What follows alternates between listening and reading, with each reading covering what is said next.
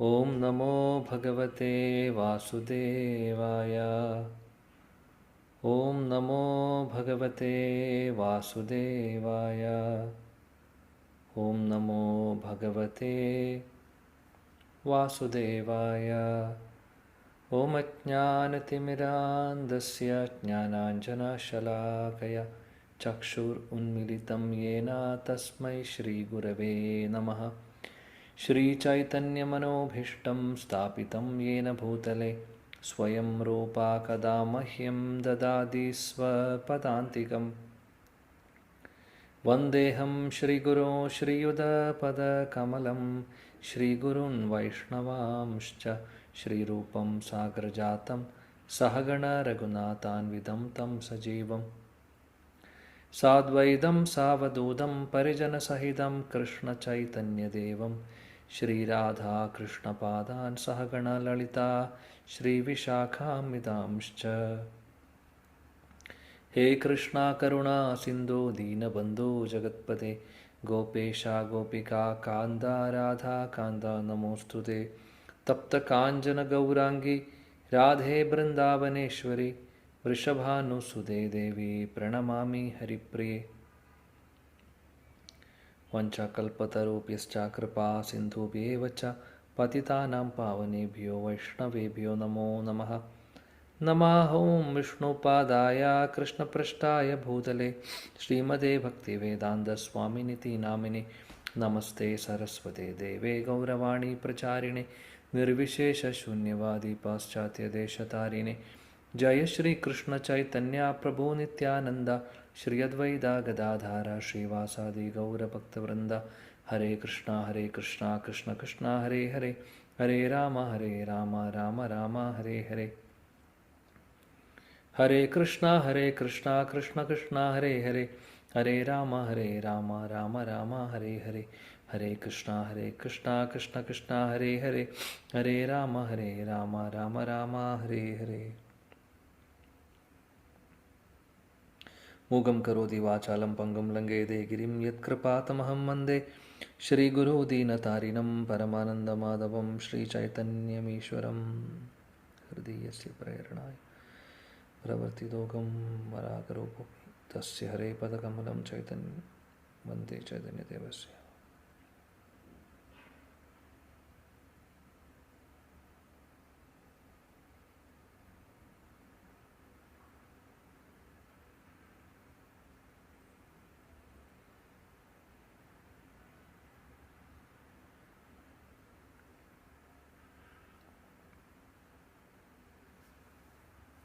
ഹരേ കൃഷ്ണ. പ്രിയപ്പെട്ട എല്ലാ ഭക്തർക്കും എൻ്റെ വിനീതമായ പ്രണാമം.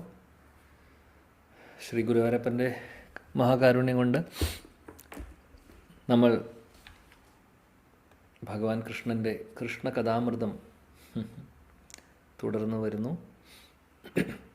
കഴിഞ്ഞ ക്ലാസ്സിൽ കഴിഞ്ഞ ആഴ്ചയിൽ നമ്മൾ ശ്രീ നരസിംഹദേവൻ്റെ ആവിർഭാവ തീയതി ആയതുകൊണ്ട് നരസിംഹദേവനെക്കുറിച്ചായിരുന്നു നമ്മൾ ചർച്ച ചെയ്തത്.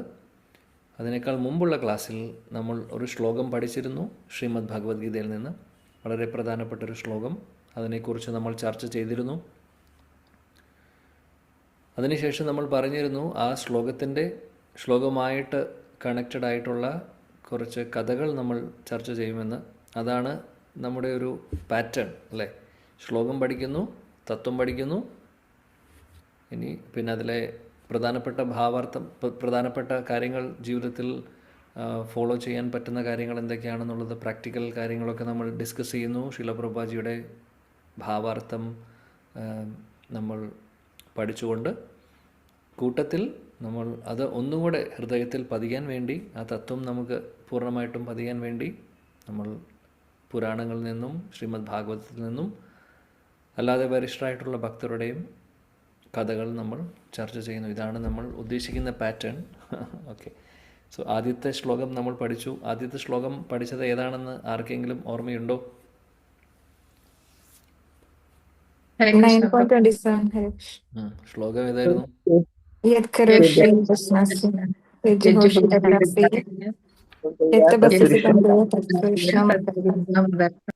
ഓക്കെ, അതുമായിട്ട് സംബന്ധിച്ച് നമ്മൾ ഏത് സ്റ്റോറിയാണ് ഡിസ്കസ് ചെയ്തത്?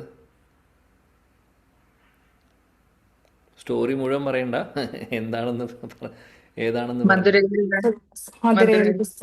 എന്ത് കഴിച്ചാലും എന്ത് ചെയ്താലും എന്ത് പഠിച്ചാലും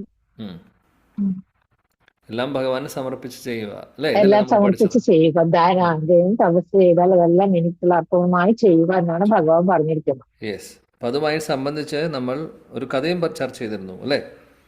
എങ്ങനെയാണ് സമർപ്പിക്കേണ്ടത് എന്നുള്ളത് അല്ലേ? നമ്മൾ അങ്ങനെ ഭക്തരുടെ കഥ കേൾക്കുമ്പോഴാണ്, അല്ലെങ്കിൽ ഭഗവാൻ വേറെ മറ്റുള്ള ശാസ്ത്രങ്ങൾ പുരാണങ്ങളിൽ നിന്നും ഉള്ള ഭക്തരും ഭഗവാനും തമ്മിലുള്ള റിലേഷൻ മനസ്സിലാവുമ്പോഴാണ് നമുക്ക് ഈ പഠിക്കുന്ന കാര്യങ്ങളൊക്കെ, തത്വങ്ങളൊക്കെ അകത്ത് നമ്മുടെ പതിയുന്നത്. തത്വങ്ങൾ മാത്രം പഠിക്കുമ്പോൾ ഒരുപക്ഷെ അത് എങ്ങനെയാണ് പ്രാക്ടിക്കലി അത് പോസിബിൾ ആണോ, അത് നടക്കുമോ, ശരിയാവോ, എങ്ങനെയാണ് സാധിക്കുന്നത്, സാധിക്കും എന്നുള്ളതിന് നമ്മൾ അതിനുള്ള തെളിവുകളാണ് ഈ കഥകളൊക്കെ. ഈ വെറുതെയുള്ള കഥകളല്ല, ഇത് ശരിക്കുമുള്ള ഒറിജിനൽ പുരാണങ്ങളിൽ നിന്നുള്ള കഥകൾ തന്നെയാണ്. അതുകൊണ്ട് അല്ലെങ്കിൽ പുരാണങ്ങളിൽ നിന്ന് കഥകളോ അല്ലെങ്കിൽ ഈ ഒരു കാലത്ത് അല്ലെങ്കിൽ ശരിക്കും ഭക്തരുടെ ഇടയിൽ നടക്കുന്ന കഥകളൊക്കെയാണ് നമ്മൾ ഡിസ്കസ് ചെയ്യുന്നത്. ഒന്നും ഇമാജിനേഷൻ അല്ല, എല്ലാം അതിനുള്ള റെഫറൻസ് ഉണ്ട്. അപ്പോൾ സുദാമയുടെ കഥ പറഞ്ഞു. സുദാമ എങ്ങനെയാണ് അദ്ദേഹത്തിന് അറിയാവുന്ന കാര്യം മാല കെട്ടലായിരുന്നു അല്ലേ, ഹാരങ്ങൾ ഉണ്ടാക്കലായിരുന്നു. അത് അദ്ദേഹം ചെയ്തു, ഭഗവാനെ പ്രീതിപ്പെടുത്തി. അതേപോലെ ഭഗവാനെ പ്രീതിപ്പെടുത്താത്തവരെ കുറിച്ചും പറഞ്ഞു അല്ലേ. മധുരയിലേക്ക് ഭഗവാൻ പ്രവേശിക്കുമ്പോൾ വേറെയും കുറേ സംഭവങ്ങളൊക്കെ നടന്നതും നമ്മൾ പറഞ്ഞിരുന്നു. അപ്പോൾ എന്ത് ചെയ്യണം, എങ്ങനെ ചെയ്യണം, എങ്ങനെ ചെയ്യരുത് എന്നുള്ളതും നമ്മൾ പഠിച്ചിട്ടുണ്ട് അല്ലേ. ഒരു അലക്കുകാരനെ കുറിച്ച് നമ്മൾ പറഞ്ഞു. അലക്കുകാരൻ യത് കരോസി യത് അസ്നാസി ഫോളോ ചെയ്തോ ഇല്ലയോ? ഫോളോ ചെയ്യാത്തത് കൊണ്ട് എന്ത് സംഭവിച്ചു എന്നുള്ളത് നമുക്കറിയാം. നമുക്കൊരു പക്ഷേ ഭഗവാന്റെ കൈകൊണ്ട് നമുക്ക് മരണം സംഭവിക്കും എന്നുള്ളത് അത് വലിയൊരു ഭാഗ്യമാണ്. അത് അദ്ദേഹത്തിന് കിട്ടി, നമുക്കത് കിട്ടിക്കൊള്ളണമെന്നില്ല. പക്ഷേ സിമ്പിളാണ്. ഭഗവാൻ നമ്മളോട് പ്രതികാരം ഒന്നും ചെയ്യാൻ വേണ്ടി ഇരിക്കുകയല്ല, എന്നാലും നമ്മുടെ ശുദ്ധീകരണത്തിന് വേണ്ടിയിട്ടാണ് ഇതെല്ലാം. അത് നമ്മൾ മനസ്സിലാക്കണം. കാര്യം ഈ ഭൗതിക ലോകത്തിൽ നമ്മൾ ഇരിക്കുക എന്ന് പറയുന്നത് അത്ര നല്ലൊരു കാര്യമല്ല. ഇത്രയും പ്രശ്നമുള്ള സ്ഥലത്ത്, ദുഃഖാലയമായിട്ടുള്ള ഈ സ്ഥലത്ത് നമ്മൾ എന്തിനിരിക്കണം? ദുഃഖാലയമാണെന്ന് ഭഗവത്ഗീതയിൽ ഭഗവാൻ തന്നെ പറഞ്ഞിട്ടുണ്ട്. ദുഃഖാലയം അശാശ്വതം നാപ്നുവന്തി മഹാത്മന സംസിദ്ധിർ പരമം ഗതഃ. ഈ ഒരു സ്ഥലത്തെ, ഭൗതിക ലോകത്തെ ഭഗവാൻ ദുഃഖാലയം എന്നാണ് വിളിക്കുന്നത്. അപ്പോൾ ഇവിടെ എന്തൊക്കെ നമ്മൾ ചെയ്താലും ഒരു സാറ്റിസ്ഫാക്ഷനും കിട്ടാൻ പോകുന്നില്ല. ഭൗതികമായിട്ടുള്ള എന്ത് നമ്മൾ നേടിയാലും, എത്ര പൈസ ഉണ്ടാക്കിയാലും, എത്ര പ്രോപ്പർട്ടി വാങ്ങിച്ചാലും ഇതിലൊന്നും നമ്മൾ സന്തോഷം നേടാൻ സാധിക്കില്ല. നമുക്ക് സന്തോഷം എന്ന് പറയുന്നത്, ആനന്ദം എന്ന് പറയുന്നത് ഇന്ദ്രിയങ്ങളുടെയല്ല. ആനന്ദം എന്ന് പറയുന്നത് ഹൃദയത്തിൽ, ആത്മീയ തലത്തിൽ തോന്നുന്നതാണ് ശരിയായിട്ടുള്ള സന്തോഷം, ആനന്ദം. അതെന്താണെന്ന് നമുക്കറിയില്ല. അറിയാത്തതിൻ്റെ കുഴപ്പമാണ്. നമ്മൾ വിചാരിക്കുന്നു ഇന്ദ്രിയങ്ങൾക്ക് കുറച്ച് സുഖങ്ങൾ കിട്ടിക്കഴിഞ്ഞു കഴിഞ്ഞാൽ, സുഖമെന്ന് ഉദ്ദേശിക്കുന്നത് നല്ല ഭക്ഷണം കഴിക്കുമ്പോഴുള്ള സുഖം. അത് വിശപ്പുള്ള സമയത്ത് കഴിക്കുമ്പോഴേ അതിന് സുഖം ഉണ്ടാവുള്ളൂ. വിശപ്പില്ലാത്ത സമയത്ത്, നല്ലവണ്ണം കഴിച്ചിരിക്കുന്ന, ഫുള്ളായിട്ടിരിക്കുന്ന സമയത്ത് നമുക്ക് ഏറ്റവും ഇഷ്ടമുള്ള ഒരു സാധനം നമ്മുടെ മുമ്പിൽ കൊണ്ടുവച്ചാലും നമുക്ക് എത്ര അത് കഴിക്കാൻ സാധിക്കും, അല്ലെങ്കിൽ എത്ര ആസ്വദിച്ച് കഴിക്കാൻ സാധിക്കും? അതൊന്നും സന്തോഷം തരാൻ പോകുന്നില്ല. വിശപ്പുള്ള സമയത്ത് കഴിക്കുമ്പോൾ അതിന് കുറച്ച് സാറ്റിസ്ഫാക്ഷൻ കിട്ടുന്നു അല്ലേ. പക്ഷേ വിശപ്പ് ഉള്ള സമയത്ത് സാറ്റിസ്ഫാക്ഷൻ കിട്ടുന്നു, പക്ഷെ അതിനും ഒരു ലിമിറ്റ് ഉണ്ട്. അതിനപ്പുറത്തേക്ക് അതിന് സന്തോഷം തരാൻ പറ്റില്ല. ഇനി സ്ഥിരമായിട്ട് അത് കഴിച്ചുകൊണ്ടിരിക്കുമ്പോൾ ചിലപ്പോൾ മടുത്തു പോവുകയും ചെയ്യും. അങ്ങനെയും പ്രശ്നമുണ്ട്. പിന്നെ അത് മാത്രമല്ല, ഇത് ഒരു ദിവസം മാത്രമല്ല, എല്ലാ ദിവസവും നമുക്ക് ഈ സന്തോഷം, ഈ ആനന്ദം, ഈ സന്തോഷം എന്ന് പറയുന്നത് താൽക്കാലികമാണ്. അങ്ങനെ കിട്ടുന്ന, ഇന്ദ്രിയങ്ങൾക്ക് കിട്ടുന്ന സന്തോഷം താൽക്കാലികമാണ്, കുറച്ച് സമയത്തേക്ക് മാത്രമേ ഉള്ളൂ, പെർമനൻ്റ് ആയിട്ട് ഉള്ളതല്ല. അതുകൊണ്ട് നമ്മൾ പിന്നെയും അതിനു വേണ്ടി, ആ ഒരു സന്തോഷം കിട്ടാൻ വേണ്ടി നമ്മൾ ശ്രമിക്കുന്നു. അങ്ങനെ കുറേ സമയം പാഴാക്കുന്നു. അപ്പോൾ ചുരുക്കം പറയുകയാണെങ്കിൽ ഇതെല്ലാം ജഡാനന്ദം എന്ന് പറയും. ശാസ്ത്രങ്ങൾ പറയുന്നത് അങ്ങനെയാണ്. ജഡാനന്ദം എന്ന് പറയാൻ കാര്യം എന്താണെന്ന് വെച്ചാൽ നമ്മുടെ ഇന്ദ്രിയങ്ങളെ സുഖിപ്പിക്കാൻ വേണ്ടി നമ്മൾ നോക്കിക്കൊണ്ടിരിക്കുകയാണ്. എന്നാൽ ഇതല്ല ശരിയായിട്ടുള്ള ആനന്ദം. ആത്മീയ തലത്തിൽ നമുക്ക് തോന്നുന്ന ആ സന്തോഷമാണ് ശരിയായിട്ടുള്ള ആനന്ദം. അത് എവിടെ നിന്ന് കിട്ടും? ഭക്തിയുത സേവനങ്ങളിലൂടെ മാത്രം, ഭഗവത് സേവനങ്ങളിലൂടെ മാത്രമേ കിട്ടുള്ളൂ. അപ്പോൾ ആ ആത്മീയ തലത്തിലുള്ള ആനന്ദത്തെക്കുറിച്ചാണ്. ആ ആത്മീയ തലത്തിലുള്ള ആനന്ദം എന്ന് പറയുന്നത് സർവ്വതാ എപ്പോഴും ഉള്ളതാണ്. അത് പെർമനൻ്റ് ആയിട്ടുള്ളൊരു കാര്യമാണ്, താൽക്കാലികമല്ല. ഇവിടെ ജീവിക്കുന്ന കാലത്തും ഇനി ഇവിടെ നിന്ന് ഭഗവാന്റെ അടുത്തേക്ക് നമ്മൾ ആധ്യാത്മിക ലോകത്തിലേക്ക് പോകുവാൻ സാധിക്കുകയാണെങ്കിൽ അവിടെ പോകുമ്പോഴും നമ്മൾ ഈ ഒരു ആനന്ദം നമ്മൾ ശാശ്വത കാലത്തേക്ക് ശാശ്വതമായിട്ട് നമ്മൾ അനുഭവിക്കാൻ പോകുന്നതാണ്.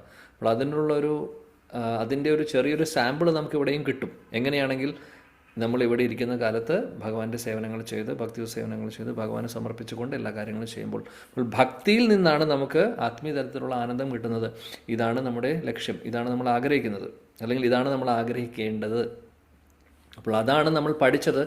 യത് കരോസി യത് അസ്നാസി യത് ജുഹോസി ദദാസി. സിമ്പിളാണ്, നമ്മൾ ചെയ്യുന്നതെല്ലാം ഭഗവാനെ ഓർത്തുകൊണ്ട് സമർപ്പിച്ചുകൊണ്ട് ചെയ്യുക എന്നുള്ളത്. രണ്ടാമത്തെ ക്ലാസ്സിൽ അതിന് ശേഷം നമ്മൾ ഒരു ശ്ലോകം കൊണ്ട് പഠിച്ചു, ഇമ്പോർട്ടൻ്റ് ആയിട്ടുള്ള ശ്ലോകം. നമ്മളൊന്ന് റിവൈസ് ചെയ്യുവാണ്, കാര്യം ഇടയിലൊരു ഗ്യാപ്പ് വന്നതുകൊണ്ട്. രണ്ടാമതൊരു പ്രധാനപ്പെട്ട ശ്ലോകം ഭഗവത്ഗീതയിൽ നിന്ന് പഠിച്ചു. അതേതായിരുന്നു ശ്ലോകം? 3.13 കർമ്മയോഗത്തിലെ ശ്ലോകം 13, മൂന്നാമത്തെ അധ്യായത്തിലെ 13ാമത്തെ ശ്ലോകം. എന്തായിരുന്നു ശ്ലോകം? സന്തോ മുച്ഛന്തേ സർവകൽപിഷേ മുച്ഛന്തേ തകം പാപേ പചന്ത്യാത്മ കാരണാത്. Very good. അതിന്റെ അർത്ഥം പറയൂ ആരെങ്കിലും, സിമ്പിളായിട്ട്. അത് നോക്കി വായിക്കണ്ട, മനസ്സിലായത് പറഞ്ഞാൽ മതി. ഭഗവാനെ സമർപ്പിച്ചിട്ടില്ല. ഏത് ഭക്ഷണം കഴിക്കുമ്പോഴും ഭഗവാനെ സമർപ്പിക്കുക. എന്ത് ഭഗവാനെ അതല്ല സമർപ്പിച്ചു? ഓക്കെ, അതല്ല അതല്ല അതല്ലാതെ അതല്ല അല്ലാതെ കഴിക്കുകയാണെങ്കിൽ പാപത്തിലാണ് കഴിക്കുന്നത്. ഓക്കെ, ഒരു മിനിറ്റ് ഞാൻ പറയാം. ശ്യാമള മാതാജി പറയൂ, കേൾക്കട്ടെ. യജ്ഞത്തിൽ നിന്ന് നമുക്ക് നിവേദിക്കപ്പെടുന്ന ഏത് ഭക്ഷിക്കുന്നത് കൊണ്ട് ഭഗവത് ഭക്തന്മാർ സർവ്വ പാപങ്ങളിൽ നിന്നും രക്ഷപ്പെടുന്നു എന്നൊന്ന് പറയുന്നുണ്ട്. ഓക്കെ, ആ പാപങ്ങളിൽ നിന്ന് മുക്തരാകുന്നു എന്ന്. പിന്നെ നമുക്ക് സ്വയം ആസ്വദിക്കാൻ വേണ്ടി മാത്രം ഭക്ഷണം ഉണ്ടാക്കില്ലേ, അതിൽ നിന്ന് പാപത്തെയാണ് നമ്മൾ ഭുജിക്കുന്നത് എന്ന്. Okay, okay. അപ്പോൾ അതിൽ നിന്നുള്ള ലെസൺ എന്താണ്? നമുക്കുള്ള ലെസൺ എന്താണ് പഠിക്കുന്നത്? സോ ഭഗവാന് നിവേശ ഭക്ഷണം മാത്രമേ നമ്മൾ കഴിക്കാൻ പാടുള്ളൂ. ഭഗവാന്റെ പ്രസാദം മാത്രമേ നമ്മൾ കഴിക്കാൻ പാടുള്ളൂ, അല്ലെങ്കിൽ നമ്മൾ കഴിക്കുന്നത് പാപമാണ്. സിമ്പിൾ, പാപത്തെയാണ് കഴിക്കുന്നത്. പാപമാണ്, പാപത്തിന്റെ ഭക്ഷണമാണ് കഴിക്കുന്നത്. സോ നമ്മൾ ഇതിന് തയ്യാറാണോ? ഭഗവാനെ സമർപ്പിക്കാൻ തയ്യാറാണോ? എന്തിനാണ് അമ്പലത്തിൽ ഭഗവാനെ സമർപ്പിക്കുന്നത്? ഭഗവാൻ അമ്പലത്തിൽ നൈവേദ്യം സമർപ്പിക്കണ്ടോ ഇല്ലയോ? ഉണ്ട് ഉണ്ട് ഉണ്ട്, ഇല്ലേ? ഉണ്ട്. തീർച്ചയായിട്ടും ഉണ്ട്. ഉണ്ട്. എന്താ ഭഗവാൻ അവിടെ വിശന്നിരുന്നിട്ട് ഓക്കെ എനിക്ക് വിശക്കുന്നു എന്ന് പറഞ്ഞിട്ട് വാങ്ങിക്കുന്നതാണോ, ചോദിക്കുന്നതാണോ? അല്ല, ഭഗവാന് കൊടുത്തതിന് ശേഷം മാത്രം. അപ്പോഴാണത് പ്രസാദമായി മാറുന്നത്, അല്ലേ? ആ പ്രസാദമാണ് നമ്മൾ കഴിക്കുന്നത്. അതെ. ഭഗവാന് വിശപ്പുണ്ടോ എന്ന് ചോദിച്ചാൽ ചിലപ്പോൾ ഭഗവാൻ വിശപ്പുണ്ടെന്ന് പറയുകയും ചെയ്യും. ഭഗവാൻ നമ്മൾ വിചാരിക്കുന്ന പോലെ വെറുതെ അവിടെ ഇങ്ങനെ ഇരിക്കുകയല്ല. അദ്ദേഹത്തിനെ നമ്മൾ മകനായിട്ട് കാണുവാണെങ്കിൽ അദ്ദേഹം മകനെ പോലെ നമ്മളോട് ചോദിക്കും ഭക്ഷണം വേണമെന്ന്. അദ്ദേഹത്തെ സുഹൃത്തായിട്ട് കാണുവാണെങ്കിൽ സുഹൃത്തിനെ പോലെ ചോദിക്കും, ഡാ എനിക്കൊന്നും കിട്ടിയില്ലല്ലോ ഡാ എന്ന് ചോദിക്കും. എന്നാൽ മകനെ പോലെയാണ് നമ്മൾ ഭഗവാനെ കാണുന്നെങ്കിൽ പറയും, അമ്മ എനിക്കൊന്നും കിട്ടിയില്ലല്ലോ എന്ന് ചോദിക്കും. വ്യത്യാസം. അപ്പോൾ നമ്മൾ എങ്ങനെ ഭഗവാനെ കാണുന്നു? യഥാമാം പ്രപത്യന്തെ താം തദേവ ഭജാമ്യഹം. ഭഗവാൻ ഭഗവത്ഗീതയിൽ പറയുന്നുണ്ട്. നമ്മൾ എങ്ങനെയാണോ ഭഗവാനെ കാണുന്നത്, നമ്മൾ എങ്ങനെയാണോ ഭഗവാനെ സേവിക്കുന്നത്, നമ്മൾ ചെയ്യുന്നതനുസരിച്ചിട്ടാണ് ഭഗവാൻ തിരിച്ച് നമ്മളോട് റെസിപ്രോക്കേറ്റ് ചെയ്യുന്നത്. അത് ഒരു വലിയൊരു തത്വമാണ്. അങ്ങനെ നമ്മൾ ചെയ്യുമ്പോൾ അതിനുള്ള ഗുണം ആർക്കാണ് കിട്ടുന്നത്? നമുക്കാണ്. ഭഗവാൻ അദ്ദേഹം സർവലോക മഹേശ്വരം, എല്ലാത്തിൻ്റെയും ഭോക്താറാം യജ്ഞ തപസാം, എല്ലാം അദ്ദേഹത്തിൻ്റെതാണ്. ഈ കാണുന്നതെല്ലാം സർവ്വ കാരണങ്ങളുടെയും കാരണമാണ്. അദ്ദേഹത്തിന് നമ്മളെപ്പോലെ 3 നേരം ഭക്ഷണം കഴിച്ചില്ലെങ്കിൽ ആ വിശപ്പിൻ്റെ അസുഖം വരുന്ന ഒരു പ്രോബ്ലം ഇല്ല. പക്ഷേ ഇതെല്ലാം അദ്ദേഹത്തിൻ്റെയാണ്. എന്നാലും സ്നേഹത്തോടു കൂടി നമ്മൾ സമർപ്പിക്കുമ്പോൾ അദ്ദേഹം സ്വീകരിക്കുകയും ചെയ്യും. അദ്ദേഹം കഴിക്കുന്നുമുണ്ട് ഫിസിക്കലി, അതേപോലെ തന്നെ നമുക്ക് പ്രസാദം തരുന്നു. അപ്പോൾ നമ്മൾക്ക് കിട്ടുന്നത് എന്താണ്? ഭഗവാന്റെ പ്രസാദം. പ്രസാദം എന്ന് പറഞ്ഞു കഴിഞ്ഞാൽ അതിൽ ഭഗവാന്റെ മഹാകാരുണ്യമുണ്ട്. കൂട്ടത്തിൽ നമ്മൾ കഴിക്കുന്ന ഭക്ഷണത്തെ ഭഗവാൻ അതിലുള്ള കർമ്മങ്ങളെല്ലാം മാറ്റി നമുക്ക് കർമ്മ ഫ്രീ ആയിട്ടുള്ള, കർമ്മ ഇല്ലാത്ത കർമ്മങ്ങളില്ലാത്ത ആ ഒരു, അല്ലെങ്കിൽ പാപങ്ങളില്ലാത്ത ഒരു ഭക്ഷണമാണ് നമുക്ക് തിരിച്ച് പ്രസാദമായിട്ട് ഭഗവാൻ തരുന്നു. ഇത് ഭഗവത്ഗീതയിലെ തത്വമാണ് നമ്മൾ പഠിക്കുന്നത്. സോ അതുകൊണ്ട് വളരെ ഇമ്പോർട്ടൻ്റ് ആണ് നമ്മളെല്ലാവരും കഴിക്കുന്നത് ഭഗവാൻ സമർപ്പിച്ചിട്ടുള്ളത് ആയിരിക്കണം എന്നുള്ളത്. ഇത് നമ്മൾ വീട്ടിൽ ഫോളോ ചെയ്യാൻ ശ്രമിക്കേണ്ട ഒരു കാര്യമാണ്. ഭഗവാന് സമർപ്പിക്കുക. എന്താണ് നമുക്ക് സമർപ്പിക്കാം? നമ്മൾ കഴിക്കുന്നതൊക്കെ. അപ്പോൾ അതിനർത്ഥം നമ്മൾ കഴിക്കേണ്ടത് ഭഗവാന് സമർപ്പിക്കാൻ പറ്റുന്ന കാര്യങ്ങൾ മാത്രമേ കഴിക്കാൻ പാടുള്ളൂ എന്നുള്ളതാണ് അതിലത്തെ വേറെ ഒരു അർത്ഥം വരുന്നത്. ഭഗവാന് സമർപ്പിക്കാൻ പറ്റാത്തതായിട്ടുള്ള ഒരുപാട് കാര്യങ്ങളുണ്ട്. ഉദാഹരണത്തിന് ഏതെങ്കിലും അമ്പലത്തിൽ, ഓത്തൻറ്റിക് ആയിട്ടുള്ള പ്രോപ്പറായിട്ടുള്ള അമ്പലത്തിൽ മത്സ്യമാംസം നിവേദിക്കുന്നത് നമുക്കറിയോ? എവിടെയാണ് ചെയ്യുന്നത്? ചെയ്യില്ല, ചെയ്യാൻ പാടില്ല. കാര്യം ശാസ്ത്രങ്ങൾ പറയുന്നില്ല, അത് വിരുദ്ധമാണ്. ശാസ്ത്രത്തിൽ നിഷിദ്ധമായിട്ടുള്ള കാര്യമാണ്. കൊടുക്കാൻ പറ്റുന്നത് എന്താണെന്ന് നമുക്കറിയാം. പച്ചക്കറികളും അതേപോലെ തന്നെ പഴങ്ങളും അരിയും ഗോതമ്പും അങ്ങനെയുള്ള ഇതെല്ലാം ഭഗവാന് കൊടുക്കാൻ പറ്റുന്ന പാലുൽപ്പന്നങ്ങളൊക്കെ, നെയ്യ് അല്ലേ, ഭഗവാന് പ്രിയപ്പെട്ടതാണ്. വെണ്ണയും പാലും അല്ലെങ്കിൽ പാലിൽ നിന്നുണ്ടാക്കുന്ന ഉൽപ്പന്നങ്ങളും പായസവും ഒക്കെ ഭയങ്കര ഇഷ്ടമാണ് അദ്ദേഹത്തിന്. ഇതൊക്കെയാണ് നമുക്ക് സമർപ്പിക്കാൻ പറ്റുന്നത്. അപ്പോൾ അതാണ് നമ്മൾ സമർപ്പിക്കേണ്ടതും നമ്മൾ കഴിക്കേണ്ടതും. അതാണ് ആ ഒരു പോയിന്റും കൂടെ നമ്മൾ ഓർക്കണം ഇതിൽ നിന്ന്.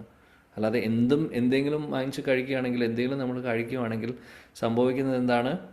ഇവിടെ യജ്ഞത്തിൽ കൊടുക്കാത്ത ഭക്ഷണം കഴിക്കുന്നതിനെക്കുറിച്ച് ഭഗവത്ഗീതയിൽ പറയുന്നത്, ഇവിടെ ഈവൻ നമ്മൾ വെജിറ്റേറിയൻ ഭക്ഷണം കഴിക്കുകയാണെങ്കിലും അതുപോലും സമർപ്പിക്കാതെ കഴിക്കുമ്പോൾ അതിലും പാപം ഉണ്ടാവുമെന്നാണ് ഭഗവാൻ പറയുന്നത്. നോൺ വെജിറ്റേറിയൻ്റെ കാര്യം ഭഗവാൻ ഇവിടെ എടുത്തു പറയേണ്ട ആവശ്യമില്ല.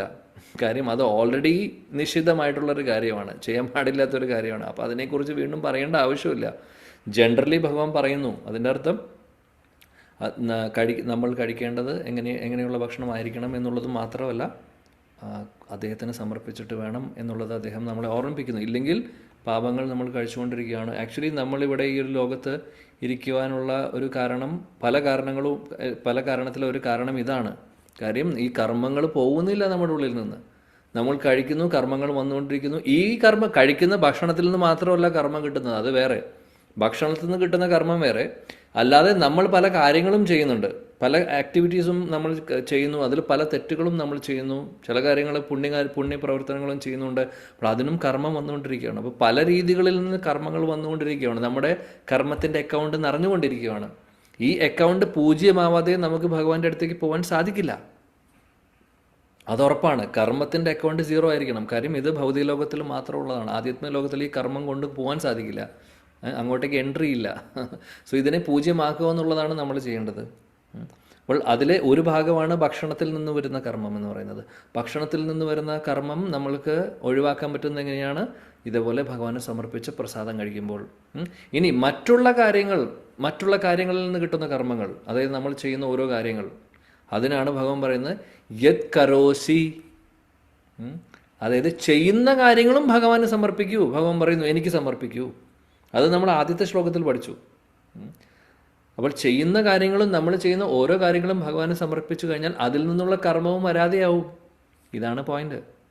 അങ്ങനെ ഇത്രയും കാലം നമുക്ക് അറിയുന്നുണ്ടായിരുന്നില്ല. മുന്നുള്ള ജന്മങ്ങളിൽ നമ്മൾ അറിഞ്ഞിട്ടുണ്ടാവില്ല, അല്ലെങ്കിൽ നമ്മളത് ചെയ്തേനെ. ഇപ്പോൾ നമ്മൾ മനസ്സിലാക്കുന്നു. ഇതൊക്കെയാണ് ഭഗവത്ഗീതയിൽ പറയുന്ന പ്രധാനപ്പെട്ട വളരെ ബേസിക് ആയിട്ടുള്ള തത്വങ്ങളാണ്. പക്ഷേ ഈ തത്വങ്ങൾ പോലും നമ്മൾ ഫോളോ ചെയ്യുന്നില്ല. പിന്നെ എന്താ കാര്യം?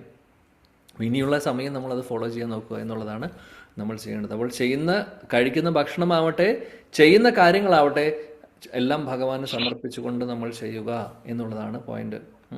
നമ്മൾ ഇപ്പോൾ ജോലിക്ക് പോകുന്ന ഒരാളാണെങ്കിൽ ജോലിക്ക് പോകുന്നതിനേക്കാൾ മുമ്പ് ഭഗവാനോട് പറയാം, ഞാൻ ഇങ്ങനെ ജോലിക്ക് പോകുന്നു, അങ്ങേക്ക് ഞാനിത് സമർപ്പിക്കുന്നു എന്ന് പറഞ്ഞു പോവാ. ഇനി അത് മാത്രമല്ല, സമർപ്പിക്കുന്നു വാക്കുകൊണ്ട് പറയുക മാത്രമല്ല, കൂട്ടത്തിൽ നമുക്ക് കിട്ടുന്ന വരുമാനത്തിലെ കുറച്ച് ഭാഗം ഭഗവാന്റെ കാര്യങ്ങൾക്ക്, സേവനങ്ങൾക്കായിട്ട് മാറ്റിവെക്കുക.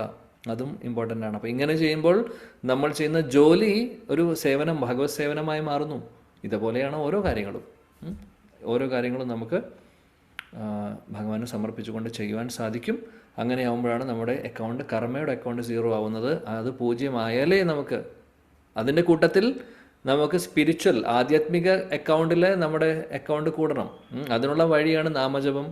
ഭഗവാനെക്കുറിച്ച് കേൾക്കുന്നു, ഭഗവത്ഗീത പഠിക്കുന്നു, ശ്ലോകങ്ങൾ പഠിക്കുന്നു, അല്ലെങ്കിൽ നാമം ജപിക്കലാണ് ഇതിൽ ഏറ്റവും പ്രധാനപ്പെട്ട കാര്യം. ഇതേപോലെ സത്സംഗത്തിലിരിക്കുന്നു, ഭഗവത്ഗീത ഭാഗവത പഠനം, ഇതെല്ലാം ഇതൊക്കെ ചെയ്യുമ്പോൾ എന്ത് സംഭവിക്കുന്നു? നമ്മുടെ സ്പിരിച്വൽ അക്കൗണ്ട് അല്ലെങ്കിൽ ആധ്യാത്മിക അക്കൗണ്ട് അതിലുള്ള ക്രെഡിറ്റ് കൂടുന്നു, എന്നാൽ കർമ്മത്തിൻ്റെ ക്രെഡിറ്റ് കുറഞ്ഞു വരുന്നു. ഇത് രണ്ടും അപ്പോൾ സ്പിരിച്വൽ അല്ലെങ്കിൽ ആധ്യാത്മിക അക്കൗണ്ടിലെ ക്രെഡിറ്റ് കൂടുകയും വേണം, കർമ്മത്തിൻ്റെ ക്രെഡിറ്റ് പൂജ്യമാവുകയും വേണം. എന്നാലാണ് നമുക്ക് അങ്ങോട്ടേക്ക് പോകാൻ സാധിക്കുന്നത്. അപ്പോൾ പാരലലി നടക്കുന്നു. നമ്മളിപ്പോൾ ഭഗവാൻ പറഞ്ഞ പോലെ യത് കരോസി യത് അസ്നാസി പറയുന്ന ശ്ലോകമാണെങ്കിലും യജ്ഞശിഷ്ടാശന സന്തോ എന്ന് പറയുന്ന ശ്ലോകമാണെങ്കിലും ഇത് രണ്ടും നമ്മൾ ഫോളോ ചെയ്യുമ്പോൾ ഇത് രണ്ടും സംഭവിക്കുന്നുണ്ട്. കർമ്മത്തിൻ്റെ അക്കൗണ്ട് 0 ആയിക്കൊണ്ടിരിക്കുന്നു, അല്ലെങ്കിൽ കുറഞ്ഞു വരുന്നു. ആധ്യാത്മിക അക്കൗണ്ട് അതിലെ ക്രെഡിറ്റ് കൂടി വരുന്നു. സോ ഇതാണ് വഴി. അപ്പോൾ നമ്മളിത് നല്ലവണ്ണം ചെയ്യുന്ന രീതി, നല്ല രീതിയിൽ ഇത് ഫോളോ ചെയ്യുവാണെങ്കിൽ നമ്മൾ മെച്യൂർ ആവുമ്പോൾ അല്ലെങ്കിൽ നമ്മൾ മരിക്കാറാവുമ്പോഴേക്കും നമ്മുടെ അക്കൗണ്ട്, കർമ്മത്തിൻ്റെ അക്കൗണ്ട് പൂജ്യമാവുന്നു, മറ്റേ അക്കൗണ്ടിൽ ഒരുപാട് ക്രെഡിറ്റ് വരുന്നു, ആധ്യാത്മിക അക്കൗണ്ടിൽ. അങ്ങനെ നമുക്ക് അങ്ങോട്ട് പോകാനുള്ള ഒരു യോഗ്യത നേടുന്നു. ഇതാണ് സംഭവിക്കുന്നത്. ഇപ്പോൾ ഭക്ഷണം കഴിക്കുക എന്നുള്ളത് ഭഗവാൻ പറയുന്നു ഈ ശ്ലോകത്തിൽ, എനിക്ക് സമർപ്പിക്കൂ എന്നുള്ളത്. അപ്പോൾ പലപ്പോഴും നമുക്കുണ്ടാകുന്ന ചോദ്യവും സംശയങ്ങളും ഇതാണ്: ശരിക്കും ഭഗവാൻ കഴിക്കുന്നുണ്ടോ? അതോ നമ്മൾ സമർപ്പിക്കുന്ന ഭക്ഷണം കൊടുത്തു കഴിഞ്ഞാൽ അവിടെ തന്നെയുണ്ട്, അത് പോകുന്നില്ല, അതങ്ങനെ തന്നെയുണ്ട്. ഒരു പ്ലേറ്റ് മുഴുവനും നമ്മൾ കൊടുക്കുകയാണെങ്കിൽ ആ പ്ലേറ്റിൽ അതേപോലെ തന്നെ ഉണ്ടാവും. സമർപ്പിച്ചിട്ടുണ്ടാവും, നമ്മൾ ഭഗവാന് കൊടുത്തു, ഭഗവാനോട് പറയുന്നു കഴിക്കൂ എന്ന് പറയുന്നു, ഭഗവാൻ കഴിക്കുന്നു, മന്ത്രങ്ങളൊക്കെ ചൊല്ലുന്നു, എടുക്കുമ്പോഴും നമുക്ക് അതേപോലെ പ്ലേറ്റ് ഫുള്ളായിട്ട് കിട്ടുന്നുണ്ട്, അല്ലേ? നമ്മൾ വിചാരിക്കുന്നത് ഭഗവാൻ ശരിക്കും കഴിക്കുന്നുണ്ടോ, അതോ ഇതൊക്കെ വെറുതെ പറയുന്നതാണോ? കഴിക്കുകയാണെന്ന് പറഞ്ഞാൽ ശരിക്കും വന്ന് കഴിക്കണ്ടേ, എന്നാലല്ലേ അത് വിശ്വസിക്കാൻ പറ്റുള്ളൂ. അല്ലാതെ ഇതെങ്ങനെയാണ് അത് തിരിച്ചു തരുന്നു? തിരിച്ച് നമ്മൾ നോക്കുമ്പോൾ അതേപോലെ തന്നെയുണ്ട്. പിന്നെ ഇതൊക്കെ വെറുതെ. പല ആളുകളും അങ്ങനെയും പറയും, ഇതൊക്കെ വെറുതെയാണ്, ഇതൊന്നും നടക്കുന്ന കാര്യമല്ല, ഭഗവാൻ കഴിക്കുന്നൊന്നുമില്ല, വെറുതെ നിങ്ങൾ ഈ ഇല്ലാത്തതൊന്നും വേണ്ടാത്ത കാര്യങ്ങൾ സമയം കളഞ്ഞ് ഓരോന്നും ചെയ്യേണ്ട ആവശ്യമുണ്ടോ എന്ന് ചോദിക്കാൻ ആളുകളുണ്ടാവും. എന്നാൽ അവർക്ക് അറിയില്ല ഭഗവാന്റെ ഇന്ദ്രിയങ്ങളെക്കുറിച്ച്. അംഗാനി യസ്യ സകലേന്ദ്രിയ വൃത്തിമന്തി പശ്യന്തി പന്തി പാന്തി കലയന്തി ചിരം ജഗന്തി. ബ്രഹ്മസംഹിതയിൽ ശ്രീ ബ്രഹ്മാവ് പറയുവാണ് ഭഗവാന്റെ ഇന്ദ്രിയങ്ങളെക്കുറിച്ച്. ഭഗവാന്റെ ഇന്ദ്രിയങ്ങൾ, ഒരു ഇന്ദ്രിയത്തിന് ഒരുപാട് കാര്യങ്ങൾ ചെയ്യാം. അതായത് കണ്ണുകൊണ്ട് അദ്ദേഹത്തിന് കഴിക്കാം, കണ്ണുകൊണ്ട് അദ്ദേഹത്തിന് പലതും ചെയ്യാൻ സാധിക്കും. ഈ കണ്ണുകൊണ്ടാണ്, ദൃഷ്ടി കൊണ്ടാണ് ഈ ഭൗതിക ലോകം മുഴുവനും അദ്ദേഹം സൃഷ്ടിക്കുന്നത് തന്നെ. സൃഷ്ടി എന്ന് പറയുന്നത് ഭഗവാൻ ചെയ്യുന്നത് വെറുതെ നോട്ടത്തിലൂടെയാണ്. ഭഗവാന് വേറെ അവയവങ്ങളൊന്നും ഉപയോഗിക്കേണ്ട ആവശ്യമില്ല, മനുഷ്യരെ പോലെ. അതാണ് ഭഗവാന്റെ ശക്തി. ഇതറിയാത്തവരാണ് ചോദിക്കുന്നത് ശരിക്കും സംഭവിക്കുന്നുണ്ടോ എന്നുള്ളത്. അതാണ് തത്വം. ഇനി എന്നാൽ ചില സമയങ്ങളിൽ ഭഗവാൻ വന്ന് നേരിട്ട് കഴിക്കുകയും ചെയ്യുന്നുണ്ട്, അങ്ങനെയും സംഭവിക്കുന്നുണ്ട്. അങ്ങനെയും അനുഭവത്തിൽ വന്നവർ ഒരുപാട് പേരുണ്ട്. അങ്ങനെ ഒരുപാട് ഭക്തർക്ക് അനുഭവങ്ങൾ ഉണ്ടായിട്ടുണ്ട്. ഒരുപാട് ഭക്തരെക്കുറിച്ച് ശാസ്ത്രങ്ങളിൽ പറയുന്നുണ്ട്. അനുഭവം അവർ നേരിട്ട് ഇത് കണ്ടവരുണ്ട്, കാണുന്നവരുണ്ട്, അനുഭവിച്ചവരുണ്ട്, നേരിട്ട് ഭഗവാൻ കഴിക്കുന്നത്. അപ്പോൾ അതും സംഭവിക്കാം, അതും സംഭവിക്കാതിരിക്കില്ല. ചിലപ്പോൾ അതും സംഭവിക്കാം, ചിലപ്പോൾ ഒരുപക്ഷെ നമുക്കും അനുഭവം ഉണ്ടായേക്കാം. അതേപോലെ രണ്ടും സംഭവിക്കാം. ചില സമയങ്ങളിൽ ഭഗവാൻ നേരിട്ട് വന്ന് കഴിക്കും, ചില സമയത്ത് അദ്ദേഹം കണ്ണിലൂടെ നോക്കി അദ്ദേഹത്തെ കണ്ടുകൊണ്ട് അദ്ദേഹം കഴിക്കുന്നു. എന്നിട്ട് നമുക്ക് കിട്ടുന്നത് പ്രസാദമാണ്. അപ്പോൾ ഭഗവാന്റെ മുമ്പിൽ നമ്മൾ സമർപ്പിച്ച് സ്നേഹത്തോടു കൂടി അവിടെ കൊണ്ട് വെക്കുകയാണെങ്കിൽ, സ്നേഹത്തോടു കൂടി നമ്മൾ ഭഗവാനോട് അഭ്യർത്ഥിക്കുകയാണെങ്കിൽ, ഭഗവാൻ ഇത് അങ്ങേക്ക് വേണ്ടിയിട്ടുള്ളതാണ്, സ്വീകരിച്ചാലും എന്ന് പറഞ്ഞ് നമ്മൾ കൊടുക്കുകയാണെങ്കിൽ തീർച്ചയായിട്ടും അദ്ദേഹം അത് സ്വീകരിച്ചിരിക്കും. ഒരുപക്ഷെ ശരിക്കും വന്ന് കഴിക്കും, തിരിച്ചു നോക്കുമ്പോൾ പ്ലേറ്റ് കാലിയായിരിക്കും. അപ്പോൾ പിന്നെ ഭഗവാനോട് പറയരുത്, ഞാൻ വെച്ചതെല്ലാം അങ്ങ് കഴിച്ചു, ഇനി എനിക്ക് വീണ്ടും ഉണ്ടാക്കേണ്ടി വരും, അതുകൊണ്ട് കുറച്ച് ബാക്കി വെക്കണമെന്ന് പറയരുത്. അങ്ങനെ സംഭവിച്ചാൽ നല്ല കാര്യമാണ്, വലിയൊരു അനുഭവമായിരിക്കും. അങ്ങനെ സംഭവിച്ചവരും ഉണ്ട്. അല്ലെങ്കിൽ ചിലപ്പോൾ ഭഗവാൻ നോട്ടത്തിലൂടെ അത് കഴിക്കും. രണ്ടും നടക്കാം. എന്നാൽ ഇന്ന് നമ്മൾ നേരിട്ട് കുറച്ച് പേര് ഭഗവാന്റെ അടുത്ത് വന്ന് കഴിച്ചവരുണ്ട്. അങ്ങനെ കുറേ കഥകളുണ്ട് പുരാണങ്ങളിലും. അല്ലെങ്കിൽ ആക്ച്വലി പുരാണത്തിൽ പറയുന്നത് പോലെ തന്നെ ഒരുപാട് അനുഭവങ്ങൾ ഉണ്ടായിട്ടുള്ളവർ. ഇതൊക്കെ റിയൽ ആയിട്ടുള്ള, സാധാരണ ആളുകൾക്കൊന്നും ഈ ഒരു അനുഭവം ഉണ്ടാവില്ല. ഭക്തർക്ക്, നല്ല ശുദ്ധ ഭക്തർക്കാണ് ഈ അനുഭവങ്ങളൊക്കെ ഉണ്ടാവുന്നത്. അങ്ങനെ നമ്മൾ ആദ്യത്തെ കഥയിലേക്ക് പോകുന്നു. 500 വർഷങ്ങൾ മുമ്പ് ശ്രീ ചൈതന്യ മഹാപ്രഭു ഭഗവാൻ കൃഷ്ണൻ്റെ അവതാരം, കലിയുഗത്തിലെ അവതാരം, സങ്കീർത്തന യജ്ഞം, ഹരേ കൃഷ്ണ മഹാമന്ത്രം അല്ലെങ്കിൽ ഹരിനാമ സങ്കീർത്തനത്തെ പ്രചരിപ്പിക്കാൻ വേണ്ടി അവതരിച്ച ശ്രീ ചൈതന്യ മഹാപ്രഭു ഏകദേശം 530 വർഷങ്ങൾ മുമ്പ്, 539 വർഷമായി ഈ ഒരു വർഷം നോക്കുവാണെങ്കിൽ അദ്ദേഹം വന്നു പോയിട്ട്, അല്ലെങ്കിൽ അദ്ദേഹം വന്നിട്ട് അദ്ദേഹത്തിന് ശേഷം ഒരുപാട് അദ്ദേഹത്തിൻ്റെ പാർഷദരും, അതിനുശേഷം ഭഗവാൻ ചൈതന്യ മഹാപ്രഭുവിൻ്റെ പാർഷദരും കുറേ കാലമുണ്ടായിരുന്നു, അദ്ദേഹത്തിൻ്റെ ഭക്തരുണ്ടായിരുന്നു. അങ്ങനെ മഹാപ്രഭു ഉള്ള സമയത്ത് തന്നെ ബംഗാളിലൊരു സ്ഥലമുണ്ട്, സ്ഥലത്തിൻ്റെ പേരാണ് ശ്രീഖണ്ഡ. ഇപ്പോൾ ചൈതന്യ മഹാപ്രഭു അന്ന് ജഗന്നാഥ്പുരിയിൽ സന്യാസമെടുത്തതിന് ശേഷം മഹാപ്രഭു എവിടെയാണുള്ളത്? ജഗന്നാഥ്പുരിയിലായിരുന്നു അദ്ദേഹം ഉണ്ടായിരുന്നത്. അപ്പോൾ അദ്ദേഹത്തെ കാണാൻ ഒരുപാട് ഭക്തർ എല്ലാ വർഷവും രഥയാത്ര സമയത്ത് വരും. ഒരുപാട് ഭക്തർ ബംഗാളിൽ നിന്നും മറ്റുള്ള സ്ഥലങ്ങളിൽ നിന്നൊക്കെ അദ്ദേഹത്തെ കാണാൻ വരുന്നു, അദ്ദേഹത്തിന് കൂടെ ഇരിക്കുന്നു. ചൈതന്യ മഹാപ്രഭു അവരോട് ഓരോരുത്തരുടെ കൂടെ ഇരുന്ന് ഒരുപാട് മനോഹരമായിട്ടുള്ള ലീലകളൊക്കെ ഉണ്ട്. ഇതെല്ലാം ചൈതന്യ ചരിതാമൃതം എന്ന് പറയുന്ന വളരെ മനോഹരമായിട്ടുള്ളൊരു പുസ്തകമുണ്ട്. അത് ശാസ്ത്രമാണ്, ശരിക്കും മനോഹരമാണ്. അതിൽ ഒരുപാട് കാര്യങ്ങൾ പറയുന്നു, ലീലകൾ പറയുന്നു. അപ്പോൾ ചൈതന്യ ചരിതാമൃതത്തിൽ ഒരു ഭക്തനെക്കുറിച്ച് പറയുന്നുണ്ട്. ആ ഭക്തൻ്റെ പേരാണ് രഘുനന്ദൻ. ഈ രഘുനന്ദൻ്റെ സ്ഥലം എന്ന് പറയുന്നത് ശ്രീഖണ്ഡ എന്ന് പറയുന്ന ബംഗാളിലെ ഒരു ഗ്രാമമാണ്. രഘുനന്ദൻ്റെ അച്ഛൻ്റെ പേര് മുകുന്ദദാസ്.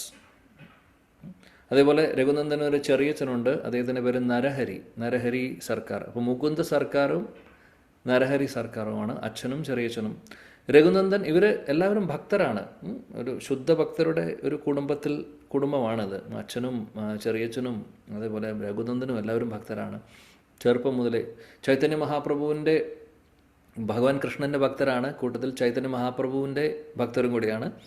അപ്പോൾ ചൈതന്യ മഹാപ്രഭു ഉള്ള സമയത്ത് ഇവരെല്ലാവരും നേരത്തെ പറഞ്ഞതുപോലെ വരാറുണ്ട് മഹാപ്രഭുവിനെ കാണാൻ വേണ്ടി, അദ്ദേഹത്തിൻ്റെ കൂടെ കുറച്ച് മാസങ്ങൾ ചിലവഴിക്കാൻ വേണ്ടി. ഏകദേശം ആ മാസം, അതായത് 4 മാസം സമയത്ത്, ആ സമയത്താണ് ഭക്തരെല്ലാവരും മഹാപ്രഭുവിൻ്റെ കൂടെ ഉണ്ടാവാറുള്ളത് ജഗന്നാഥ്പുരിയിൽ. അവിടെ അന്ന് മഹാപ്രഭു ഉള്ള സമയത്ത് രഘുനന്ദൻ ചെറിയ കുട്ടിയാണ്. അപ്പോൾ ഒരിക്കൽ ഭക്തർ വന്ന് തിരിച്ചു പോകുന്ന സമയത്ത് രഘുനന്ദൻ്റെ അച്ഛനോട് ചോദിക്കും മഹാപ്രഭു, അവരെല്ലാവരും യാത്ര അയക്കുവാണ് ചൈതന്യ മഹാപ്രഭു. ഓരോ വർഷം വന്ന് പോകുമ്പോൾ യാത്ര അയക്കും. മുകുന്ദ സർക്കാരിനെ വിളിച്ചു. മുകുന്ദദാസ് രഘുനന്ദൻ്റെ അച്ഛനാണ്. മുകുന്ദദാസിനോട് ചോദിച്ചു, ശരിക്കും നിന്റെ മകനാണോ രഘുനന്ദൻ? ശരിക്കും നീയാണോ മകൻ, അതോ അവനാണോ? രഘുനന്ദനാണോ നിന്റെ മകൻ, അതോ രഘുനന്ദൻ നിന്റെ അച്ഛനാണോ എന്ന് ചോദിക്കും. ശരിക്കും രഘുനന്ദൻ മകനാണ് മുകുന്ദദാസിൻ്റെ. ഇത് കേട്ട വഴി മഹാപ്രഭുവിൻ്റെ ചോദ്യം മഹാപ്രഭു എന്ത് മുകുന്ദദാസ് പറയുന്നതെന്ന് അറിയാൻ വേണ്ടി ചോദിക്കുകയാണ്. ആ സമയത്ത് രഘുനന്ദൻ്റെ അച്ഛൻ ശുദ്ധഭക്തനാണ് മുകുന്ദദാസ്. അദ്ദേഹം പറഞ്ഞു, ശരിക്കും പറയുകയാണെങ്കിൽ പേരിന് നോക്കുകയാണെങ്കിൽ ഞാൻ അച്ഛനാണ്, പക്ഷേ അവൻ്റെ അച്ഛനാണ്, പക്ഷേ ശരിക്കും അവനാണ് ഞങ്ങളുടെ അച്ഛൻ. അപ്പോൾ മഹാപ്രഭുവിന് സന്തോഷമായി. എന്നിട്ട് മുകുന്ദദാസ് പറഞ്ഞു എന്താണ് ഉദ്ദേശിച്ചത് എന്നുള്ളത്. അതായത് ഭക്തിയുടെ കാര്യത്തിൽ രഘുനന്ദൻ്റെ പോലെ ആരുമില്ല. രഘുനന്ദൻ്റെ ആത്മാർത്ഥത കണ്ട് ഞങ്ങൾ പഠിക്കുകയാണ് ചെയ്യുന്നത്. അതായത് അദ്ദേഹത്തിൻ്റെ മകൻ ചെയ്യുന്നത് കണ്ട്. ചൈതന്യ മഹാപ്രഭു ഈ ഒരു ഉത്തരം പ്രതീക്ഷിച്ചു കൊണ്ടാണ് ചോദിച്ചത്. ആ ഉത്തരം കിട്ടുന്നു മഹാപ്രഭുവിന്. അപ്പോൾ ആ രഘുനന്ദനെക്കുറിച്ച് ഉള്ള ഒരുപാട് മനോഹരമായിട്ടുള്ള അദ്ദേഹത്തിൻ്റെ ചരിത്രം നമ്മൾ പഠിക്കുകയാണെങ്കിൽ രഘുനന്ദനും മുകുന്ദദാസ് അവർ ആക്ച്വലി അദ്ദേഹം ഒരു വൈദ്യനാണ് മുകുന്ദദാസ്. അപ്പോൾ അദ്ദേഹം അവിടെയുള്ള ആ ഗ്രാമത്തിലും അല്ലെങ്കിൽ ആ രാജ്യത്തുള്ള രാജാവിനെ സേവിക്കാനൊക്കെ മുകുന്ദദാസ് പോകാറുണ്ട്. വരിഷ്ഠനായിട്ടുള്ളൊരു ഭക്തനാണ്. മുകുന്ദദാസിൻ്റെ കഥ പറയാൻ ഇപ്പോൾ സമയമില്ല നമ്മുടെ ഇടയിൽ. മുകുന്ദദാസ്, അതെ രഘുനന്ദൻ്റെ അച്ഛൻ തന്നെ അദ്ദേഹത്തിൻ്റെ കാര്യം പറയുന്നു. അദ്ദേഹം ഒരിക്കൽ ഇതേപോലെ ഒരു മുസൽമാൻ രാജാവ് എൻ്റെ വൈദ്യനായിരുന്നു ഇദ്ദേഹം. അന്നത്തെ കാലത്ത് ആ ഒരു സ്ഥലം ഭരിച്ചിരുന്ന മുസൽമാൻ രാജാവായിരുന്നു. അവിടുത്തെ വൈദ്യനായിരുന്നു മുകുന്ദദാസ്. ഒരു ദിവസം ഈ മുസൽമാൻ രാജാവിനെ അദ്ദേഹത്തിൻ്റെ പരിചാരകർ സെർവൻസ് വന്നിട്ട് അദ്ദേഹത്തിന് ചാമരം വീശി കൊടുക്കുന്നു. പിന്നെ ഇതുപോലെ വിശറി കൊണ്ട് വീശി കൊടുക്കുകയൊക്കെ ചെയ്യും, സ്ഥിരമായിട്ട് ചെയ്യാറുണ്ട്. ഒരു ദിവസം ഈ സെർവൻ്റ് വേലക്കാരൻ അദ്ദേഹത്തിന് വീശി കൊടുക്കുകയാണ്. സെർവൻസ് വീശി കൊടുക്കുന്ന ആർക്ക്? ഈ രാജാവിന്, അല്ലെങ്കിൽ അവിടുത്തെ മെയിൻ ആൾക്ക്, മുസൽമാൻ രാജാവിന് വീശി കൊടുക്കുന്ന സമയത്ത് അന്ന് രഘുനന്ദനുണ്ട്. രഘുനന്ദനല്ല, മുകുന്ദദാസ് ഉണ്ട്. മുകുന്ദ സർക്കാർ ഈ രാജാവിൻ്റെ അടുത്ത് നിന്ന് അദ്ദേഹത്തിൻ്റെ ഹെൽത്തുമായിട്ടുള്ള കുറച്ച് കാര്യങ്ങളും അതായത് വൈദ്യനാണല്ലോ അദ്ദേഹം, കുറച്ച് അങ്ങനെയുള്ള ചർച്ച നടന്നുകൊണ്ടിരിക്കുകയാണ് ഇവർ രണ്ടുപേരും തമ്മിൽ, രാജാവും വൈദ്യനും തമ്മിൽ, ഡോക്ടറും തമ്മിൽ. ആ സമയത്ത് സെർവൻ്റ് ഇങ്ങനെ വീശി കൊടുക്കുന്നുണ്ട്.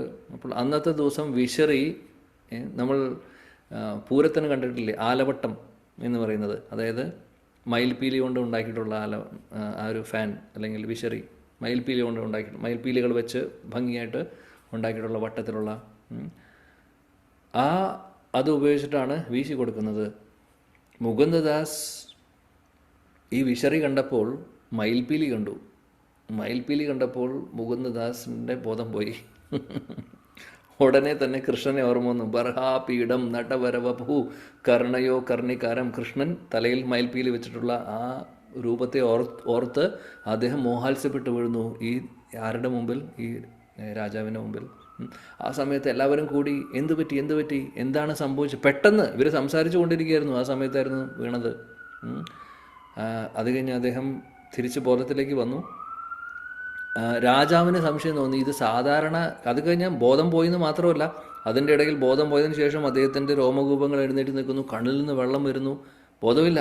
അങ്ങനെ കുറേ ശരീരത്തിലൊരു അതിനെ പറയുന്നത് ഈ ആധ്യാത്മിക സ്പിരിച്വൽ ആയിട്ട് കിട്ടുന്ന ഒരു എന്താ പറയുക, എസ്റ്റസി എന്ന് പറയും, ഒരു ഉന്മാദം എന്ന് പറയുന്നത് സംഭവമാണ്. നമുക്ക് പറഞ്ഞാൽ അറിയില്ല, നമുക്കത് പറയാൻ എക്സ്പ്ലെയിൻ ചെയ്യാൻ പോലും സാധിക്കില്ല. അതിന് അഷ്ടസ്വാത്വിക വികാരം എന്നാണ് പറയുന്നത്. രോമകൂപങ്ങൾ എഴുന്നേറ്റ് നിൽക്കുന്നു, കണ്ണിൽ നിന്ന് വെള്ളം വരുന്നു, പിന്നെ നാവൊക്കെ വിറയ്ക്കുന്നു, അങ്ങനെ ഒരുപാട്, പിന്നെ ചിലപ്പോൾ വേർക്കുന്നു, അങ്ങനെ പല പല ലക്ഷണങ്ങളുണ്ട്. ഇതെല്ലാം ശരിക്കും പറയുകയാണെങ്കിൽ ആധ്യാത്മിക തലത്തിലുള്ളതാണ്. അത് അങ്ങനെയുള്ള അത്രയും വരിഷ്ഠരായിട്ടുള്ള ഭക്തർക്ക് ഇങ്ങനെയുള്ള അനുഭവങ്ങളൊക്കെ വരുള്ളൂ. ഇദ്ദേഹം ഇങ്ങനെ വീണ് കിടക്കും, ആർക്കും ഒന്നും മനസ്സിലായില്ല. എന്നാൽ ഈ രാജാവ് കുറച്ച് ഒരു ഭക്തിയൊക്കെ ഉള്ള ഒരു വ്യക്തിയായിരുന്നു. വേറെ സമ്പ്രദായമാണെങ്കിൽ പോലും, വേറെ വിശ്വാസിയാണെങ്കിൽ പോലും അദ്ദേഹത്തിന് ഇതിൽ വിശ്വാസമുള്ള ഒരു വ്യക്തിയായിരുന്നു. അപ്പോൾ അദ്ദേഹത്തിന് ഇത് കണ്ടപ്പോൾ തോന്നി, ഇത് സാധാരണ ബോധം കെട്ട് വീണതല്ല, എന്തോ സ്പെഷ്യൽ ആയിട്ടുള്ളതാണെന്ന് മനസ്സിലായി. അങ്ങനെ അദ്ദേഹം ബോധം തിരിച്ചു വന്നതിന് ശേഷം മുകുന്ദദാസിനോട് ചോദിക്കുമ്പോൾ മുകുന്ദദാസ് പറയുന്നു, എനിക്ക്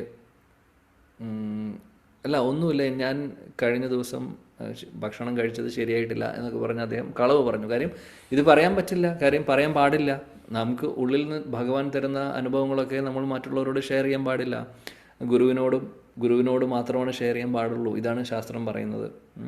ദീക്ഷാഗുരുവോ ശിക്ഷാഗുരുവിനോട് പറയാം, ഇത് ശരിയാണോ എന്നുള്ളത് ചോദിക്കാൻ വേണ്ടിയിട്ട് അവരോട് ഷെയർ ചെയ്യാം. പക്ഷേ നോർമലി ആരോടും അങ്ങനെ ഷെയർ ചെയ്യില്ല. അപ്പോൾ രാജാവ് അദ്ദേഹത്തിൻ്റെ ഗുരു ഒന്നുമല്ല. അപ്പോൾ അദ്ദേഹം പറഞ്ഞു, അത് മറച്ചു വെച്ചു. അപ്പോൾ ഇദ്ദേഹത്തിന് മനസ്സിലായി. അദ്ദേഹം പറഞ്ഞു, എനിക്ക് നിന്നെ അറിയാം, നിന്നെ ആദ്യമായിട്ടല്ല കാണുന്നത്, അതുകൊണ്ട് എനിക്ക് കാര്യം മനസ്സിലായി, എന്നാൽ ശരി, കുഴപ്പമില്ല. അപ്പോൾ ഇതാണ് മുകുന്ദദാസിൻ്റെ ഒരു ക്വാളിഫിക്കേഷൻ. അപ്പോൾ ആ ഭക്തൻ്റെ മകനാണ് രഘുനന്ദൻ്റെ ക്വാളിഫിക്കേഷൻ പറയേണ്ട ആവശ്യമില്ല. അങ്ങനെ ഒരു ദിവസം എന്ത് സംഭവിക്കുന്നു, മുകുന്ദദാസിന് പെട്ടെന്ന് ഈ രാജാവ് വേറൊരു ദിവസം അദ്ദേഹത്തിൻ്റെ ആവശ്യത്തിന് വേണ്ടി രാജ്യത്തേക്ക്, അദ്ദേഹത്തിൻ്റെ കൊട്ടാരത്തിലേക്ക് വിളിക്കുന്നു. അപ്പോൾ കാലത്ത് സാധാരണ പോകുന്നേക്കാൾ നേരത്തെ പോകേണ്ടി വരുവാണ്. സാധാരണ എന്താ ചെയ്യുന്നത് വെച്ചാൽ പൂജകളെല്ലാം ചെയ്യുന്നത് മുകുന്ദദാസാണ്.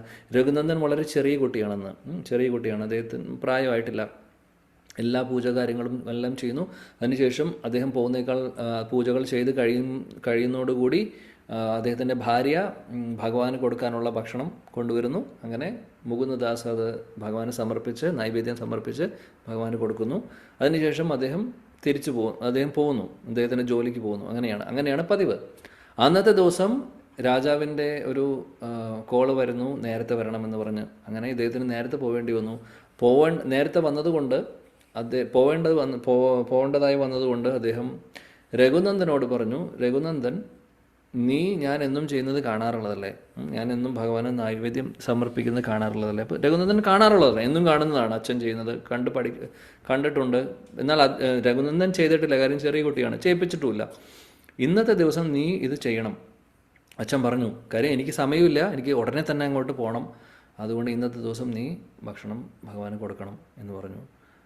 ഇദ്ദേഹം മോൻ പറഞ്ഞു, രഘുനന്ദൻ പറഞ്ഞു, അച്ഛൻ ചെയ്യുന്നത് ഞാൻ കണ്ടിട്ടുണ്ട്, അത്രേ എനിക്ക് അറിയുള്ളൂ. നീ അതൊക്കെ നിങ്ങൾക്ക് അറിയുന്ന പോലെ ചെയ്താൽ മതി, ഭഗവാൻ വന്ന് കഴിച്ചോളും എന്ന് പറഞ്ഞു. ശരി, ഓക്കെ. രഘുനന്ദൻ കണ്ടിട്ടുള്ളത് അച്ഛൻ ഈ പ്ലേറ്റ് എല്ലാം കൊണ്ട് അകത്തേക്ക് പൂജാമുറിയിലേക്ക് പോകുന്നതും സമർപ്പിക്കുന്നതും തിരിച്ച് പ്ലേറ്റ് കൊണ്ടുവരുന്നതും അതിനുശേഷം ഇവരെല്ലാവരും കൂടെ പ്രസാദം കഴിക്കും. ഇത്രയേ രഘുനന്ദൻ അറിയുള്ളൂ. അതിനകത്ത് നടക്കുന്ന സംഭവങ്ങൾ എന്താണെന്ന് അറിയില്ല. രഘുനന്ദൻ പറഞ്ഞു, ശരി, അച്ഛൻ പറയുന്ന പോലെ ഞാൻ ചെയ്യാം. അങ്ങനെ അന്നത്തെ ദിവസം അമ്മ പ്ലേറ്റിലെല്ലാം സാധനങ്ങളൊക്കെ ആയിട്ട് കൊണ്ടുവന്നു. ഒരുപാട് ഭക്ഷണ പദാർത്ഥങ്ങൾ ഉണ്ടാക്കിയിട്ടുണ്ടായിരുന്നു. അതെല്ലാം കൊണ്ടുവന്ന് രഘുനന്ദനോട് പറഞ്ഞു, അച്ഛൻ പറഞ്ഞ പോലെ നീ ഇത് ഭഗവാന് കൊടുക്കൂ. ശരി, ഓക്കെ, ശരി, ഞാൻ കൊടുക്കാം എന്ന് പറഞ്ഞ് രഘുനന്ദൻ അകത്ത് കൊണ്ടുപോയി പൂജാമുറിയിൽ വെച്ചു. പൂജാമുറിയെല്ലാം അടച്ചു. നേരെ ഭഗവാന്റെ മുമ്പിലിരുന്നു. അപ്പോൾ ഭഗവാന്റെ പേര് ഗോപിനാഥ് എന്നാണ്. അവിടെയുള്ള ആ മൂർത്തി, അവർ ആരാധിക്കുന്ന മൂർത്തിയുടെ പേര് ഗോപിനാഥ് എന്നാണ്. അപ്പോൾ ഗോപിനാഥനോട് പറഞ്ഞു, ഞാൻ ഭക്ഷണം കൊണ്ടുവന്നിട്ടുണ്ട്. എല്ലാ ദിവസവും അച്ഛനാണ് കൊണ്ടുവരാറുള്ളത്, ഇന്ന് അച്ഛൻ സമയമില്ല, അച്ഛൻ പോയി, അതുകൊണ്ട് എന്നോട് പറഞ്ഞു, ഭക്ഷണം കൊണ്ടുവച്ചിട്ടുണ്ട്, വന്ന് കഴിക്കൂ എന്ന് പറഞ്ഞു. ആദ്യം പറഞ്ഞു വന്ന് കഴിക്കൂ. ഗോപിനാഥ് ഒന്നും പറയുന്നില്ല, കൃഷ്ണനൊന്നും മറുപടിയൊന്നും പറയുന്നില്ല. രഘുനന്ദൻ പറഞ്ഞു, ഞാൻ പറയുന്നു, ഞാൻ റിക്വസ്റ്റ് ചെയ്യുന്നു, അഭ്യർത്ഥിക്കുന്നു, വന്ന് കഴിക്കൂ. ഗോപിനാഥ് ഒന്നും പറയുന്നില്ല. രഘുനന്ദൻ വിചാരിക്കുന്നത് ഭഗവാൻ നേരിട്ട് വന്ന് കഴിക്കും, വന്ന് അവിടെ ഇരുന്ന് കഴിക്കും എന്നാണ് വിചാരിക്കുന്നത്. അതാണ് വിളിച്ചുകൊണ്ടിരിക്കുന്നത്. ഭഗവാൻ അനങ്ങുന്നില്ല അവിടുന്ന്. ഭഗവാൻ അതേപോലെ തന്നെ നിൽക്കുന്നുണ്ട്, അങ്ങനെ വിഗ്രഹ രൂപത്തിൽ. ആ സമയത്ത് വീണ്ടും വിളിക്കുന്നു, വരുന്നില്ല. കുറച്ച് കഴിഞ്ഞപ്പോൾ വരാതെയായപ്പോൾ രഘുനന്ദൻ കരഞ്ഞു തുടങ്ങി. വന്ന് കഴിച്ചില്ലെങ്കിൽ എനിക്ക് അച്ഛൻ്റെ കയ്യിൽ നിന്ന് ചീത്ത കേൾക്കും. അച്ഛൻ പറഞ്ഞു പോയതാണ്, നിനക്ക് ഭക്ഷണം തരണം ഗോപിനാഥ്, നിനക്ക് ഗോപിനാഥിന് ഭക്ഷണം കൊടുക്കണമെന്നും, കഴിക്കാതെ ഇനി അച്ഛൻ കണ്ടു കഴിഞ്ഞാൽ എന്നെ ചീത്ത പറയും, അതുകൊണ്ട് വന്ന് കഴിച്ചേ പറ്റുമെന്ന് പറഞ്ഞു രഘുനന്ദൻ കരഞ്ഞു തുടങ്ങി. കുറച്ച് കഴിഞ്ഞപ്പോൾ രഘുനന്ദൻ കരച്ചിൽ നിർത്താതെ കണ്ടപ്പോൾ ഗോപിനാഥൻ്റെ മനസ്സറിഞ്ഞു. അപ്പോൾ ഭഗവാൻ ഇത് വെറുതെ നമ്മൾ വിചാരിക്കുന്ന പോലെ വെറുതെ ഒരു മൂർത്തി അങ്ങനെ നിൽക്കുന്നതല്ല. നമ്മൾ ഭഗവാനെ ശരിക്കും ആരാധിക്കുകയാണെങ്കിൽ ഭഗവാൻ തിരിച്ച് നമ്മളോട് അതനുസരിച്ച് പെരുമാറും. അങ്ങനെയാണ്. പ്രതിമ നാഹി തുമി സാക്ഷാൽ വ്രജേന്ദ്രനന്ദൻ. ഭഗവാൻ തന്നെയാണ്, പ്രതിമയല്ല. നമ്മൾ ശരിക്കും അങ്ങനെ ആ ഒരു ഭാവത്തിൽ ആരാധിക്കുകയാണെങ്കിൽ. അപ്പോൾ ആ സമയത്ത് ഗോപിനാഥ് വന്നു, ഭക്ഷണം കഴിച്ചു. രഘുനന്ദൻ കണ്ടുകൊണ്ടിരിക്കുകയാണ്. രഘുനന്ദൻ സന്തോഷമായി. ഗോപിനാഥ് വന്ന് കഴിച്ചു.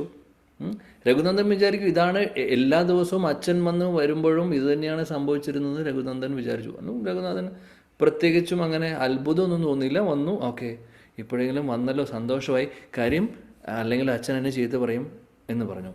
എന്നിട്ട് അപ്പോൾ കൂടെ ഇരിക്കുകയാണ്. ഗോപിനാഥ് കഴിച്ചുകൊണ്ടിരിക്കുന്നു, രഘുനന്ദൻ കൂടെ ഇരിക്കുന്നുണ്ട്. കുറച്ച് കഴിഞ്ഞപ്പോൾ ഭഗവാൻ നിർത്തി പറഞ്ഞു, ഇല്ലല്ല, മുഴുവനും കഴിക്കും, ഇതെല്ലാം കഴിക്കണം, ഇല്ലെങ്കിൽ അച്ഛൻ ചീത്ത പറയും. രഘുനന്ദൻ ഇതിൻ്റെ ഡീറ്റെയിൽസ് ഒന്നും അറിയില്ല. ഇത്രയും പറഞ്ഞു. ഭഗവാൻ എന്ത് ചെയ്തു? ആ പ്ലേറ്റ് മുഴുവൻ കാലിയാക്കി, എല്ലാം കഴിച്ച് കാലി പ്ലേറ്റ് വെച്ചു. അതിനുശേഷം ഭഗവാൻ തിരിച്ച് ആ മൂർത്തിയായി നിന്നു. രഘുനന്ദൻ ആ കാലി പ്ലേറ്റ് കൊടുത്ത് പുറത്തേക്ക് കൊണ്ടുപോയിട്ട് അമ്മയുടെ കയ്യിൽ കൊണ്ടുകൊടുത്തു. അമ്മോട് പറഞ്ഞു, അമ്മ ഈ പ്ലേറ്റ് എടുത്തോളൂ, പറഞ്ഞ പോലെ ഞാൻ കൊടുത്തിട്ടുണ്ട്, എല്ലാം കഴിച്ചിട്ടുണ്ട്. അമ്മ ഈ കാലി പ്ലേറ്റ് കണ്ടപ്പോൾ അത്ഭുതമായി. അമ്മ, ഇതെന്താ കാലി പ്ലേറ്റ്? ഇതിലൊന്നും ഇല്ലല്ലോ, എവിടെ പോയി ഇതിലുള്ള ഭക്ഷണം? നീ എടുത്ത് കഴിച്ചോ? അല്ല, ഗോപിനാഥ് കഴിച്ചു എന്ന് പറയുന്നുണ്ട്, രഘുനന്ദൻ പറയുന്നുണ്ട്. അപ്പോൾ അമ്മ ചോദിക്കുന്നു, അമ്മയ്ക്ക് സംശയമായി, ഇവൻ നുണ പറയാണോ ഇനി, ഈ പൂജാമുറി അടച്ചിരുന്നിട്ട് അവിടെ ഇരുന്നിട്ട് ഇവൻ തന്നെ കഴിച്ചു എന്നൊക്കെ സംശയമായി അമ്മയ്ക്ക്. അമ്മ ഇതുവരെ കണ്ടിട്ടില്ലേ കാലി പ്ലേറ്റ്. എല്ലാ ദിവസവും മുകുന്ദ സർക്കാർ ഭക്ഷണം സമർപ്പിക്കുന്നത് തിരിച്ചു കൊണ്ടു കൊടുക്കുമ്പോൾ അതിലെല്ലാം ഉള്ളതുപോലെ തന്നെ ഉണ്ടാവാറുണ്ട്, പ്രസാദമായിട്ട് തിരിച്ച് കിട്ടാറുണ്ട്. ഇന്നാണെങ്കിൽ കാലി പ്ലേറ്റ് ആദ്യമായിട്ടാണ് അമ്മ കാണുന്നത്. അമ്മ പറഞ്ഞു, എനിക്ക് അല്ലെങ്കിലും നിനക്ക് കുറച്ച് കുറുമ്പ് കൂടുതലാണ്, എനിക്ക് തോന്നുന്നു നീ അകത്തിരുന്ന് കഴിച്ചിട്ടുണ്ടെന്ന് തോന്നുന്നു. അപ്പോൾ ഇദ്ദേഹം പറഞ്ഞു, രഘുനന്ദൻ പറഞ്ഞു, ഞാൻ ശരിക്കും കഴിച്ചിട്ടില്ല, ഗോപിനാഥ് വന്ന് കഴിച്ചതാണ്. അമ്മ വിശ്വസിക്കൂ, ഗോപിനാഥിനെ വിളിച്ചു, ആദ്യമൊന്നും വന്നില്ല, പിന്നെ ഞാൻ കരഞ്ഞത് കണ്ടപ്പോൾ ഗോപിനാഥ് വന്നു, ഇതെല്ലാം കഴിച്ചു. അമ്മയ്ക്ക് അത്ഭുതമായി. അമ്മ ഒന്നും പറയുന്നില്ല. ശരി അച്ഛൻ വരട്ടെ നിന്നെ ശരിയാക്കി തരാം. അപ്പോൾ ഇനി എന്ത് ചെയ്യും? അപ്പോൾ അമ്മ പറഞ്ഞു, ഉള്ളത് ഇനി ഒരു റൗണ്ട് കൂടെ ഉണ്ടാക്കണം, കറി എല്ലാം കഴിഞ്ഞു, എല്ലാം ഗോപിനാഥ് കഴിച്ചു, ഇനി അടുത്ത സെറ്റ് ഭക്ഷണം ഉണ്ടാക്കി. അപ്പോഴേക്കും മുകുന്ദദാസ് വന്നപ്പോൾ കഴിക്കാൻ സമയത്താണ് വരുന്നത് മുകുന്ദദാസ്. അപ്പോൾ അന്നത്തെ ദിവസം ഇത് കഥകൾ നടന്നൊക്കെ പറഞ്ഞു അമ്മ പറഞ്ഞപ്പോൾ മുകുന്ദദാസിന് അത്ഭുതമായി. ഇതെങ്ങനെ സംഭവിച്ചു? ഇനി അവൻ അകത്തിരുന്ന് കഴിച്ചതാണോ? അറിയില്ല.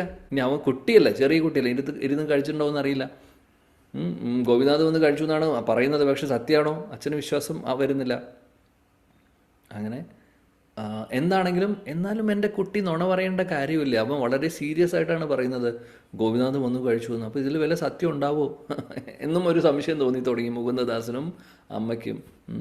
അങ്ങനെ ഇവർ പറഞ്ഞു, ഒരു കാര്യം ചെയ്യാം, നമുക്കൊന്ന് ടെസ്റ്റ് ചെയ്യാമെന്ന് പറഞ്ഞിട്ട് അച്ഛൻ പറഞ്ഞു, അമ്മയോട് പറഞ്ഞു, ഒരു കാര്യം ചെയ്യ്, നീ കുറച്ച് ലഡ്ഡു ഉണ്ടാക്കാൻ പറഞ്ഞു. അങ്ങനെ മുകുന്ദദാസിൻ്റെ ഭാര്യ രഘുനാഥിൻ്റെ അമ്മ ലഡ്ഡുകൾ ഉണ്ടാക്കുന്നു. അതിന് ലഡ്ഡുവെല്ലാം ഉണ്ടാക്കി വീണ്ടും മുകുന്ദദാസ് മകനെ വിളിക്കുന്നു, രഘുനാഥനോട് പറയുന്നു, കുറച്ച് ലഡ്ഡു ഉണ്ടാക്കിയിട്ടുണ്ട്, നീ ഗോപിനാഥന് കൊണ്ടു കൊടുക്കാൻ പറഞ്ഞു. ഓക്കെ, അതത്ര വലിയ കാര്യമാണോ? എളുപ്പമാണ്. ശരി, വാങ്ങിച്ചു, ലഡ്ഡുവിൻ്റെ പ്ലേറ്റ് വാങ്ങിച്ചു, രഘുനാഥനകത്ത് പോയി വാതിലെല്ലാം അടച്ചു. വീണ്ടും ഗോപിനാഥനെ വിളിക്കുന്നുണ്ട്, വരൂ ലഡ്ഡു കഴിക്കൂ. വരുന്നില്ല. അപ്പോൾ ഈ സമയത്ത് മുകുന്ദദാസ് എന്ത് ചെയ്തു? കാര്യം അകത്ത് എന്ത് നടക്കുന്നു എന്നറിയാൻ, ഇതിനു മുമ്പ് പറഞ്ഞത് എന്താണെന്ന് നേരത്തെ ഭക്ഷണം മുഴുവൻ കഴിച്ചുല്ലോ, അപ്പോൾ അത് സത്യമാണോ അല്ലേ, ഭഗവാൻ വരുന്നുണ്ടോ എന്താണെന്ന് അറിയില്ല, എന്താണ് അകത്ത് നടക്കുന്നത്, അവനിരുന്ന് കഴിക്കുകയാണോ, ഇതൊക്കെ ടെസ്റ്റ് ചെയ്യാൻ വേണ്ടിയിട്ട് മുകുന്ദദാസ് എന്ത് ചെയ്തു? അതിലൂടെ കുറച്ച് ഒളിച്ചു നിന്നുകൊണ്ട് അകത്തുള്ള കാര്യങ്ങൾ കാണാൻ വേണ്ടി ഒരു സ്ഥലത്ത് നിന്ന് നോക്കുവാണ്, അകത്ത് എന്ത് സംഭവിക്കുന്നു എന്നുള്ളത്. ഇദ്ദേഹം കാണുന്നുണ്ട്, മകൻ പോയി പ്ലേറ്റ് മുമ്പിൽ വെക്കുന്നു, ഗോപിനാഥനെ വിളിക്കുന്നു, ഗോപിനാഥ് വരുന്നില്ല, വീണ്ടും വിളിക്കുന്നു, വരുന്നില്ല, അങ്ങനെ കുറേ പ്രാവശ്യം വിളിക്കുന്നു, വരുന്നില്ല. അവിടെ താഴെ ഇരുന്നു, രഘുനാഥൻ ഇരുന്നു, എന്നിട്ടും വിളിച്ചുകൊണ്ടിരിക്കുകയാണ്, ഇതാ അച്ഛൻ വന്നിട്ടുണ്ട്, ഇത് നിനക്ക് തരാൻ വേണ്ടി തന്നതാണ്, വന്ന് കഴിക്കൂ, കഴിച്ചില്ലെങ്കിൽ വീണ്ടും എന്നെ ചീത്ത പറയും, അതുകൊണ്ട് കഴിക്കണം. കുറേ കരഞ്ഞു തുടങ്ങി. വീണ്ടും കുറച്ച് കഴിഞ്ഞപ്പോൾ ഗോപിനാഥ് വന്നു, ലഡ്ഡു കഴിച്ചു, ആദ്യത്തെ ലഡ്ഡു കഴിച്ചു, സന്തോഷമായി. അപ്പോൾ രഘുനന്ദൻ പറയുന്നത്, മുഴുവൻ കഴിക്കൂ, ഇതെല്ലാം കഴിക്കൂ. അങ്ങനെ എന്ത് സംഭവിച്ചു? ഇതെല്ലാം അച്ഛൻ കണ്ടുകൊണ്ടിരിക്കുകയാണ്, ഒളിഞ്ഞു കണ്ടുകൊണ്ടിരിക്കുകയാണ്. അത്ഭുതമായി അച്ഛന്.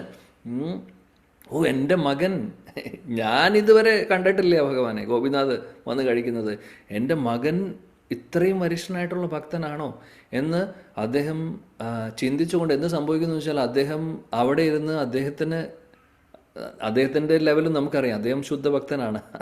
അദ്ദേഹം അറിയാതെ ഗോപിനാഥ് എന്ന് വിളിച്ചു, അദ്ദേഹം മോഹത്സ്യപ്പെട്ടു വീണു പകുതി മകൻ. ആ സമയത്ത് ഗോപിനാഥ്, ഭഗവാൻ എന്ത് ചെയ്തു? ഭഗവാൻ ഒരു ലഡ്ഡു കഴിച്ചുകൊണ്ടിരിക്കുകയായിരുന്നു. മുകുന്ദദാസ് അനങ്ങുന്നത് കണ്ടപ്പോൾ, ശബ്ദം കേട്ടപ്പോൾ, ഭഗവാൻ കഴിച്ച ലഡ്ഡു വായിൽ ഒരു കടി കടിച്ച് ഇങ്ങനെ നിൽക്കുമായിരുന്നു. ആ സമയത്താണ് കണ്ടത്.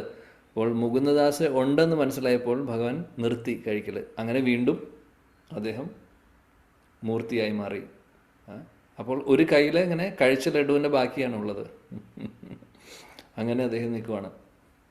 അതിനുശേഷം അച്ഛൻ ബോധം വന്നതിന് ശേഷം നോക്കിയപ്പോൾ രഘുനന്ദനെ ആലിംഗനം ചെയ്യുന്നു. അങ്ങനെ പറയുന്നു, നീ സാധാരണ കുട്ടിയല്ല, ആക്ച്വലി നീ എൻ്റെ മകനായിട്ട് ജനിച്ചത് എൻ്റെ മഹാസൗഭാഗ്യമാണ്, നീയാണ് ശരിക്കും ഭക്തി എന്താണ് ഞങ്ങൾക്ക് പഠിപ്പിച്ചു തരുന്നത്. ഇതാണ് മഹാപ്രഭു ചോദിച്ച സമയത്ത് രഘുനന്ദൻ അച്ഛൻ പറഞ്ഞത്, ഞാൻ അച്ഛൻ പേരിന് മാത്രമാണ്, എൻ്റെ മകനാണ് ശരിക്കും, ഭക്തിയുടെ കാര്യത്തിൽ അവനാണ് ഞങ്ങളുടെ അച്ഛൻ, അവൻ പറയുന്നത് അനുസരിച്ചിട്ട്, അല്ലെങ്കിൽ അവനാണ് ഞങ്ങളെ വഴി കാണിച്ചു തരുന്നത് എന്ന് അന്ന് പറഞ്ഞതിൻ്റെ പൊരുൾ ഇതാണ്. അപ്പം ഇങ്ങനെ കഥ നടന്നിട്ടുണ്ട്, ഇങ്ങനെ സംഭവം നടന്നിട്ടുണ്ട് അതിനു മുമ്പ്. അപ്പോൾ ഇതിൽ നിന്നുള്ള പാഠം എന്താണ്, ഇതിൽ നിന്നുള്ള ലെസൺ എന്താണ്, അല്ലെങ്കിൽ നമ്മൾക്ക് മനസ്സിലായ കാര്യം എന്താണ്? ഭഗവാൻ നേരിട്ടും വന്ന് ഭക്ഷണം കഴിക്കായികയില്ല, സംഭവിക്കാം, പ്രൊവൈഡഡ് നമ്മൾ ആ ഭാവത്തിൽ ഭഗവാനെ വിളിക്കുകയാണെങ്കിൽ. അതിൻ്റെ അർത്ഥം നമ്മൾക്ക് കൊടുക്കുമ്പോൾ ഒന്നും, അല്ലെങ്കിൽ ഭഗവാൻ കഴിക്കാതെ അതേപോലെ തിരിച്ചു തരുന്നത് ഭഗവാൻ കഴിക്കുന്നില്ല എന്നും വിശ്വസിക്കരുത്. അത് അങ്ങനെയല്ല. അതാ പറയുന്നത്, ഭഗവാൻ ഇഷ്ടമാണ് എങ്ങനെ ചെയ്യണം എന്നുള്ളത്. അത് ചിലപ്പോൾ നേരിട്ട് വന്ന് കഴിച്ചിട്ടായിരിക്കാം, ഒരുപക്ഷെ കണ്ണിലൂടെ അദ്ദേഹം കഴിക്കുന്നു, അദ്ദേഹത്തിൻ്റെ ഇഷ്ടമനുസരിച്ച് ചെയ്യും. അദ്ദേഹത്തിൻ്റെ ഇഷ്ടം എന്താണെന്നറിയില്ല. കാര്യം രഘുനന്ദൻ ശുദ്ധനാണ്, രഘുനന്ദൻ ചെറിയ കുട്ടിയാണ്, അദ്ദേഹത്തിൻ്റെ ഹൃദയത്തിൽ കളങ്കങ്ങളൊന്നുമില്ല. അദ്ദേഹം മുകുന്ദദാസും ഭക്തനാണ്, ശുദ്ധ ഭക്തനാണ്. അദ്ദേഹം വിളിച്ചിട്ട് ഭഗവാൻ നേരിട്ട് വന്ന് കഴിച്ചിട്ടില്ല. എന്നാൽ രഘുനന്ദൻ്റെ മുമ്പിൽ ഭഗവാൻ വീണുപോയി. കാര്യം ആ നിഷ്കളങ്കമായിട്ടുള്ള രഘുനന്ദൻ്റെ ആ ഒരു സ്നേഹത്തിൽ, നിഷ്കളങ്കമായിട്ടുള്ള സ്നേഹത്തിൽ ഭഗവാൻ വീണു പോകുന്നു. അങ്ങനെയാണ് ഗോപിനാഥ് വന്ന് കഴിക്കുന്നത്. അപ്പോൾ ഇതാണ് ഒരു റിയൽ ആയിട്ടുള്ള ഒരു കഥയാണ്, അത് നടന്നിട്ടുള്ള ഒരു കാര്യമാണ്. ഇപ്പോഴും ശ്രീഖണ്ഡ എന്ന് പറഞ്ഞ സ്ഥലത്ത് പോയി കഴിഞ്ഞാൽ ഇവിടെ ഒരു അമ്പലമുണ്ട്. ആ അമ്പലത്തിൽ ഗോപിനാഥ്, ഇപ്പോഴും ആ ഗോപിനാഥ് തന്നെയുണ്ട്. ഇത് 500 വർഷങ്ങൾ മുമ്പ്, അല്ലെങ്കിൽ 450 വർഷം, അല്ലെങ്കിൽ 500 വർഷം മുമ്പ് നടന്നൊരു റിയൽ ആയിട്ടുള്ളൊരു കഥയാണ്, സ്റ്റോറിയാണ്. അപ്പോൾ ആ സമയത്ത് ആ ഗോപിനാഥ് ഇപ്പോഴും ഉണ്ട്. ഇപ്പോഴും ആ മൂർത്തി സ്പെഷ്യൽ മൂർത്തിയാണ്. ആ മൂർത്തിയുടെ കയ്യിൽ ലഡ്ഡു ഉണ്ട്. പകുതി ലഡ്ഡു കഴിച്ച ആ ഒരു ഭാവത്തിലാണ് അവിടെ ഗോപിനാഥ് ഉള്ളത്. ഇനി എപ്പോഴെങ്കിലും ആ പ്രദേശത്തേക്ക് നമ്മൾ പോവുകയാണെങ്കിൽ, തീർത്ഥാടനത്തിന് പോവുകയാണെങ്കിൽ ഈ അമ്പലത്തിലേക്ക് നമുക്ക് പോകാൻ സാധിക്കും. അവിടെ പോയി കഴിഞ്ഞാൽ രഘുനന്ദൻ്റെ ഗോപിനാഥനെ കാണാൻ സാധിക്കും. ഇതാണ്. അപ്പോൾ ഇതിൽ നിന്നുള്ള പാഠം, ഭഗവാൻ നേരിട്ടും വന്ന് കഴിക്കാം, നമ്മുടെ ഭാവം എങ്ങനെയാണോ അതനുസരിച്ച്. ഇപ്പോൾ രഘുനന്ദനെ പോലെ ആ നിഷ്കളങ്ക ഭാവത്തിൽ നമ്മൾ ഭഗവാനെ വിളിക്കുകയാണെങ്കിൽ അദ്ദേഹം നമ്മുടെ അടുത്ത് നിന്ന് ഭക്ഷണം നേരിട്ട് വന്ന് കഴിക്കും. നമ്മുടെ കൂടെ ഇരുന്ന് കഴിക്കാനും ഭഗവാൻ തയ്യാറാവുന്നു. അതിന് സംശയമൊന്നുമില്ല. അത് സംഭവിക്കും ആ ഒരു ഭാവത്തിൽ വിളിക്കുകയാണെങ്കിൽ. എന്തായാലും എനിക്ക് അങ്ങനെ ഒരു അനുഭവം ഇതുവരെ വന്നിട്ടില്ല. നിങ്ങൾക്ക് ആർക്കെങ്കിലും അങ്ങനെ വരുവാണെങ്കിൽ പിന്നീട് പറയാം. ഇതേപോലെ ഒരുപാട് കഥകളുണ്ട്. നമ്മുടെ കയ്യിൽ സമയം കുറവാണ്. വേറെ ഒരു കഥയും കൂടെ ഇവിടെ നമുക്ക് ചർച്ച ചെയ്യാം. മനോഹരമായിട്ടുള്ള വേറൊരു റിയൽ സ്റ്റോറിയാണ്. എനിക്കൊരു 5 സെക്കൻഡ് സമയം വേണം. ഹരേ കൃഷ്ണ.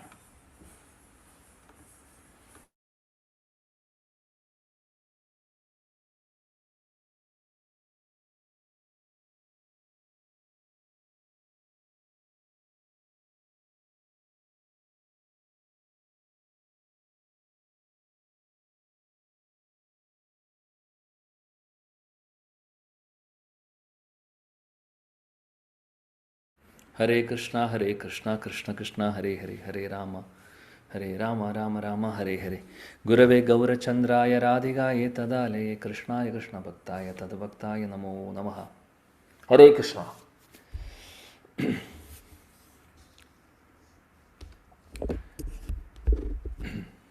ശ്രീ വൃന്ദാവനത്തിൽ കുറേ വർഷങ്ങൾ മുമ്പ് നടന്നിട്ടുള്ളൊരു കഥയാണ്. ഒരു സാധു ഉണ്ടായിരുന്നു. അദ്ദേഹത്തിന് ഒരുപാട് ശിഷ്യരുമുണ്ട്. സാധു എന്ന് പറയുന്നത് ഒരു സന്യാസി സാധുവാണ്, ഭക്തനാണ്, ശുദ്ധഭക്തനാണ്, രാമഭക്തനാണ്. അദ്ദേഹം ശ്രീരാമചന്ദ്ര ഭഗവാന്റെ ഭക്തനാണ്. അദ്ദേഹത്തിൻ്റെ ആശ്രമത്തിൽ ഒരുപാട് ശിഷ്യരുണ്ട്. മാത്രമല്ല ഒരുപാട് ആളുകൾ അദ്ദേഹത്തെ കാണാൻ വരുന്നു. അങ്ങനെയുള്ളൊരു വലിയൊരു സാധുവാണ് അദ്ദേഹം. ആ സ്ഥലത്ത് അവിടെ വേറൊരു ആളുണ്ടായിരുന്നു. അദ്ദേഹം പഠിപ്പും വിദ്യാഭ്യാസവും ഒന്നുമില്ലാത്ത സാധാരണ ഒരു ആൾ. എന്നാൽ ഈ ഒരു വ്യക്തി, അദ്ദേഹം ഒരുപാട് ഭക്ഷണം കഴിക്കും. ഒരുപാട് ഭക്ഷണം കഴിക്കുന്ന ഒരു വ്യക്തിയാണ്. വളരെ പാവപ്പെട്ട കുടുംബത്തിൽ ജനിച്ച ഒരു വ്യക്തിയാണ്. ചെറുപ്പത്തിൽ തന്നെ അച്ഛനും അമ്മയും മരിക്കുന്നു. ചെറുപ്പം മുതലേ കഴിക്കുന്ന ഭക്ഷണത്തിൻ്റെ അളവ് കുറച്ച് കൂടുതലാണ്. അപ്പോൾ അദ്ദേഹം കഴിച്ചു വരുന്നത് എങ്ങനെയായിരുന്നു വെച്ചാൽ, ഏകദേശം അദ്ദേഹം എല്ലാ ദിവസവും 2.5 കിലോ ആട്ട കൊണ്ട് ഉണ്ടാക്കിയിട്ടുള്ള ചപ്പാത്തി അല്ലെങ്കിൽ റൊട്ടി കഴിയും. 2.5 കിലോ ആട്ട. 2.5 കിലോ ആട്ട എന്ന് പറഞ്ഞു കഴിഞ്ഞ് കഴിഞ്ഞാൽ കുറേയുണ്ട്. ആ അത്രയും ക്വാണ്ടിറ്റി ആട്ടയിൽ നിന്നുണ്ടാക്കിയ ചപ്പാത്തി, റൊട്ടി, നമ്മൾ ചപ്പാത്തി എന്ന് പറയുന്നത് ആ നോർത്ത് ഇന്ത്യ ഭാഗത്ത് റൊട്ടി എന്ന് പറയുന്നവർ. ഇനി അത് ആ ക്വാണ്ടിറ്റി ചപ്പാത്തി കഴിക്കണമെങ്കിൽ ഒരുപാട് എന്താ പറയുക, നമുക്ക് കറി വേണം, സബ്ജി വേണം അല്ലേ, കറിയും വേണം. അപ്പോൾ ഇത് അതിന് അനുസരിച്ചിട്ടുള്ള സബ്ജിയും ഉണ്ടാക്കും. അതാണ് ഡെയിലി അദ്ദേഹത്തിന് ഇത്രയും കഴിക്കണം. ഒരു ദിവസത്തെ കണക്കാണ് പറയുന്നത്. ഒരു നേരം അദ്ദേഹം കഴിക്കുള്ളൂ, എന്നാൽ ഇത്രയും കഴിക്കും. അപ്പോൾ ഇദ്ദേഹം പഠിപ്പും വിദ്യാഭ്യാസവും ഒന്നുമില്ല, വരുമാനവും ഇല്ല, വളരെ പാവപ്പെട്ട വീട്ടിലെയാണ്. ഇപ്പം എന്താണ് ചെയ്യുന്നത് വെച്ചാൽ, ഇദ്ദേഹം ആരുമില്ല വീട്ടിൽ, എന്നും ഇദ്ദേഹം എവിടെയെങ്കിലും പോയി ഇതുപോലെ ഇതുപോലുള്ള തീർത്ഥാടന സ്ഥലങ്ങളിൽ, നമ്മൾ പറയുന്ന വൃന്ദാവനം ആവട്ടെ, അയോധ്യ ആവട്ടെ, ഇങ്ങനെയുള്ള സ്ഥലങ്ങളിൽ ഒരുപാട് സ്ഥലങ്ങളിൽ ഭക്ഷണം വെറുതെ കൊടുക്കുന്ന സ്ഥലങ്ങളുണ്ടാവും, ഫ്രീ ആയിട്ട് കൊടുക്കുന്ന സ്ഥലമുണ്ടാവും. അതേപോലെ തന്നെ നേരത്തെ പറഞ്ഞ പോലെ സാധു, ഇതുപോലെ വലിയ വലിയ സന്യാസി വര്യന്മാരുണ്ടെങ്കിൽ അവരുടെ ആശ്രമത്തിലും ഇതേപോലെ ഭക്ഷണം ഫ്രീ ആയിട്ട് കൊടുക്കും. കാര്യം അവിടെ ഒരുപാട് ആളുകൾ ദാനം കൊണ്ട് കൊടുക്കും, അരിയായിട്ടും പച്ചക്കറിയായിട്ടും പഴങ്ങളായിട്ടൊക്കെ. അപ്പോൾ അതുകൊണ്ട് അവിടെയും ഫ്രീ ഭക്ഷണം അല്ലെങ്കിൽ പ്രസാദം കൊടുക്കും. ഇത് പതിവാണ്. ഇത് ഇന്നത്തെ കാലത്ത് നമ്മൾ ഇങ്ങനെയുള്ള തീർത്ഥാടന സ്ഥലങ്ങളിൽ പോയി കഴിഞ്ഞാൽ പല സ്ഥലങ്ങളിലും പോയാൽ കാണും. നമുക്കും പോയി കഴിക്കാൻ സാധിക്കും അങ്ങനെയുള്ള പ്രസാദമൊക്കെ. അപ്പോൾ ഇതായിരുന്നു എല്ലാ ദിവസവും ഇങ്ങനെ ഓരോ സ്ഥലത്ത് പോയി, അതിനെ ഭണ്ഡാര എന്ന് പറയും. അങ്ങനെ ഓരോ സ്ഥലത്ത് പോയി ഇതുപോലെ ഭണ്ഡാരയിൽ പോയി അവിടെ നിന്ന് കിട്ടുന്ന അതുപോലെ അവിടെ പോയിട്ട് എന്താണ് ചെയ്യുന്നത് വെച്ചാൽ, ഇതുപോലെ ഒന്നില്ലെങ്കിൽ അവർ കൊടുക്കും. പക്ഷേ അദ്ദേഹം കഴിക്കുന്ന ഭക്ഷണത്തിൻ്റെ അളവ് കൂടുതലായ കാരണം എല്ലാവർക്കും അത്രയും ഉണ്ടാക്കി കൊടുക്കാൻ സാധിക്കില്ല. അപ്പോൾ അദ്ദേഹം ചെയ്യുന്നത് സാധാരണ ഭക്ഷണം ഉണ്ടാക്കാനുള്ള സാമഗ്രികൾ അദ്ദേഹം വാങ്ങിക്കും അവരിൽ നിന്ന്, എന്നിട്ട് അദ്ദേഹം ഉണ്ടാക്കി കഴിക്കും. അങ്ങനെയും ചെയ്യാറുണ്ട്. ചിലപ്പോൾ അദ്ദേഹത്തിന് പോകുന്ന സ്ഥലത്ത് കിട്ടുകയും ചെയ്യും റെഡിമെയ്ഡ് ചപ്പാത്തിയും എല്ലാം. പക്ഷെ കഴിയും, 2.5 കിലോ കഴിക്കും. 2.5 കിലോ എത്രയാണോ അത്ര. ഇതാണ് പതിവ്. അതുകൊണ്ട് ഇദ്ദേഹത്തിൻ്റെ പേര് വളരെ രസകരമായിട്ടുള്ളൊരു പേരാണ്. കാര്യം ഇദ്ദേഹം ഇത്രയും ഭക്ഷണം കഴിക്കുന്നുണ്ട്, അദ്ദേഹത്തിൻ്റെ പേര് ഹഡയ്യ എന്നായിരുന്നു. ഹഡയ്യ എന്ന് പറഞ്ഞാൽ നമ്മൾ ഹിന്ദിയിൽ 2.5 കിലോന് പറയുന്നത് 2.5 കിലോ എന്ന് പറയും. 1.5 കിലോക്ക് 1.5 കിലോ എന്ന് പറയും. 2.5 കിലോന് 2.5 എന്ന് പറയാം. അപ്പോൾ ഈ 2.5 കിലോ അല്ലെങ്കിൽ 2.5 കിലോ ഭക്ഷണം കഴിക്കുന്ന ആളത് കൊണ്ട് അദ്ദേഹത്തിന് ആളുകൾ ഹഡയ്യ എന്ന് വിളിക്കാറ്. അപ്പോൾ ഒരു ദിവസം ഇദ്ദേഹം പോയി ഈ വേറൊരു ആശ്രമത്തിലെത്തുന്നു. നമ്മൾ നേരത്തെ പറഞ്ഞ ആ സാധുവിൻ്റെ ആശ്രമത്തിലെത്തി അവിടെയുള്ള സാധുവിനെ കാണുന്നു.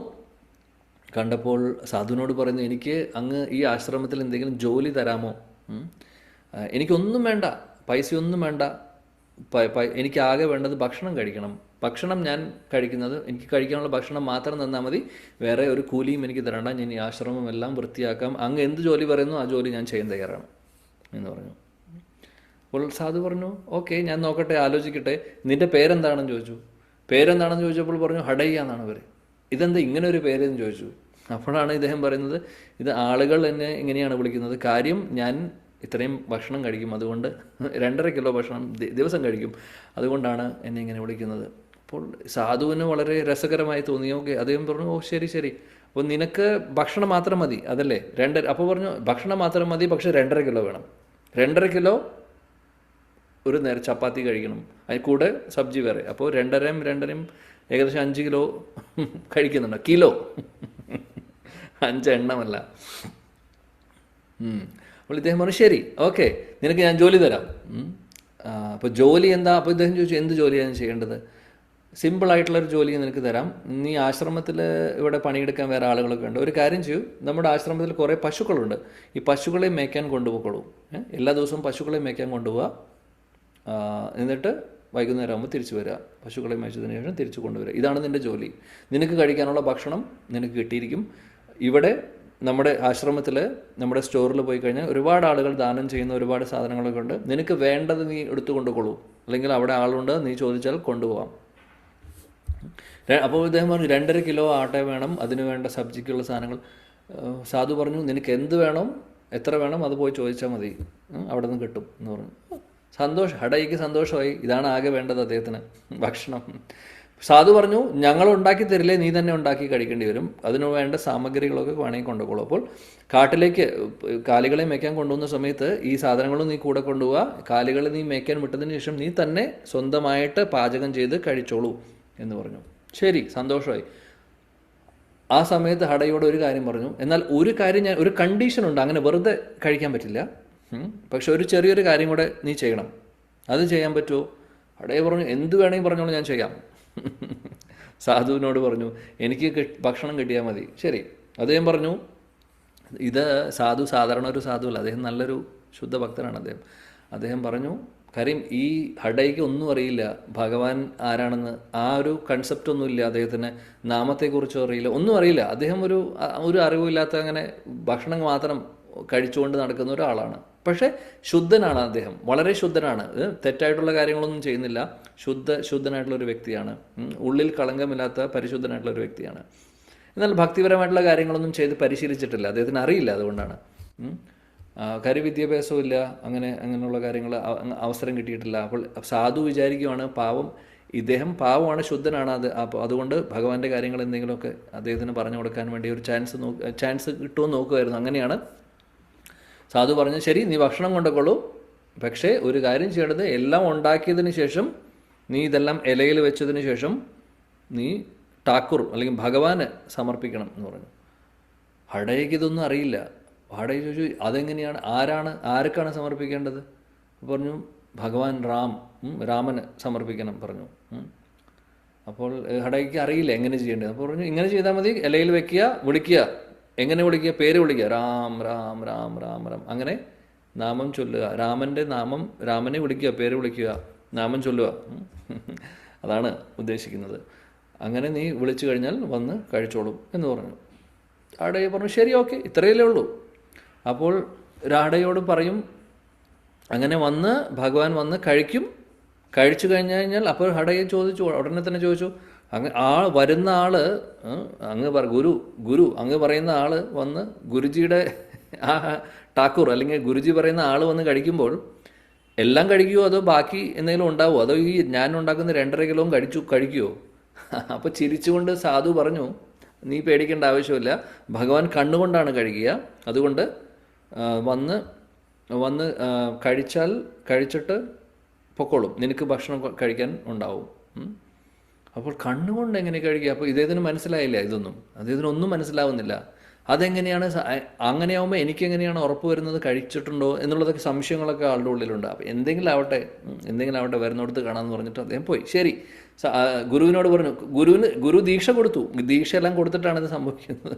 അപ്പോൾ ഗുരുവിൻ്റെ ആജ്ഞയാണ് ഉണ്ടാക്കുന്ന ഭക്ഷണം ഭഗവാന് കൊടുക്കുക എന്നുള്ളത്. നമ്മുടെ ഡിസ്കഷൻ അതായിരുന്നു, യജ്ഞശിഷ്ടാശിനോ സന്തോ, അല്ലേ, നമ്മൾ ഭഗവാനെ സമർപ്പിക്കുക എന്നുള്ളത്, നൈവേദ്യം.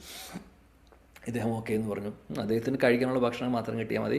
സന്തോഷമായി പോയി. അങ്ങനെ ആദ്യത്തെ ദിവസം കാലികളെ മേയ്ക്കാൻ കൊണ്ടുപോകുന്നു, കാലികളെ വിടുന്നു, സാമഗ്രികളൊക്കെ ഉപയോഗിച്ച് കുക്കിംഗ് സ്റ്റാർട്ട് ചെയ്യും. അദ്ദേഹം കുക്കിംഗ് സ്റ്റാർട്ട് ചെയ്യുന്നു, അടുപ്പെല്ലാം കൂട്ടി, ഭക്ഷണമൊക്കെ ചപ്പാത്തിക്കുള്ള റൊട്ടിയെല്ലാം ചൂടാനുള്ള എല്ലാ സെറ്റപ്പും ഉണ്ടാക്കി. അങ്ങനെ 2.5 കിലോ ആണ് അദ്ദേഹം കൊണ്ടുവന്നിട്ടുള്ളത്. അതിനനുസരിച്ചുള്ള പച്ചക്കറികളും കൊണ്ടുവന്നിട്ടുണ്ട്, കൂടെ കറി ഉണ്ടാക്കാൻ അതെല്ലാം ഉണ്ടാക്കി. അതെല്ലാം ഭംഗിയായിട്ട് അദ്ദേഹത്തിന് ഉണ്ടാക്കി ഇലയിൽ വെച്ചു, മനോഹരമായിട്ടുള്ള ഇലയിൽ വെച്ചു, ഭഗവാനെ വിളിച്ചു.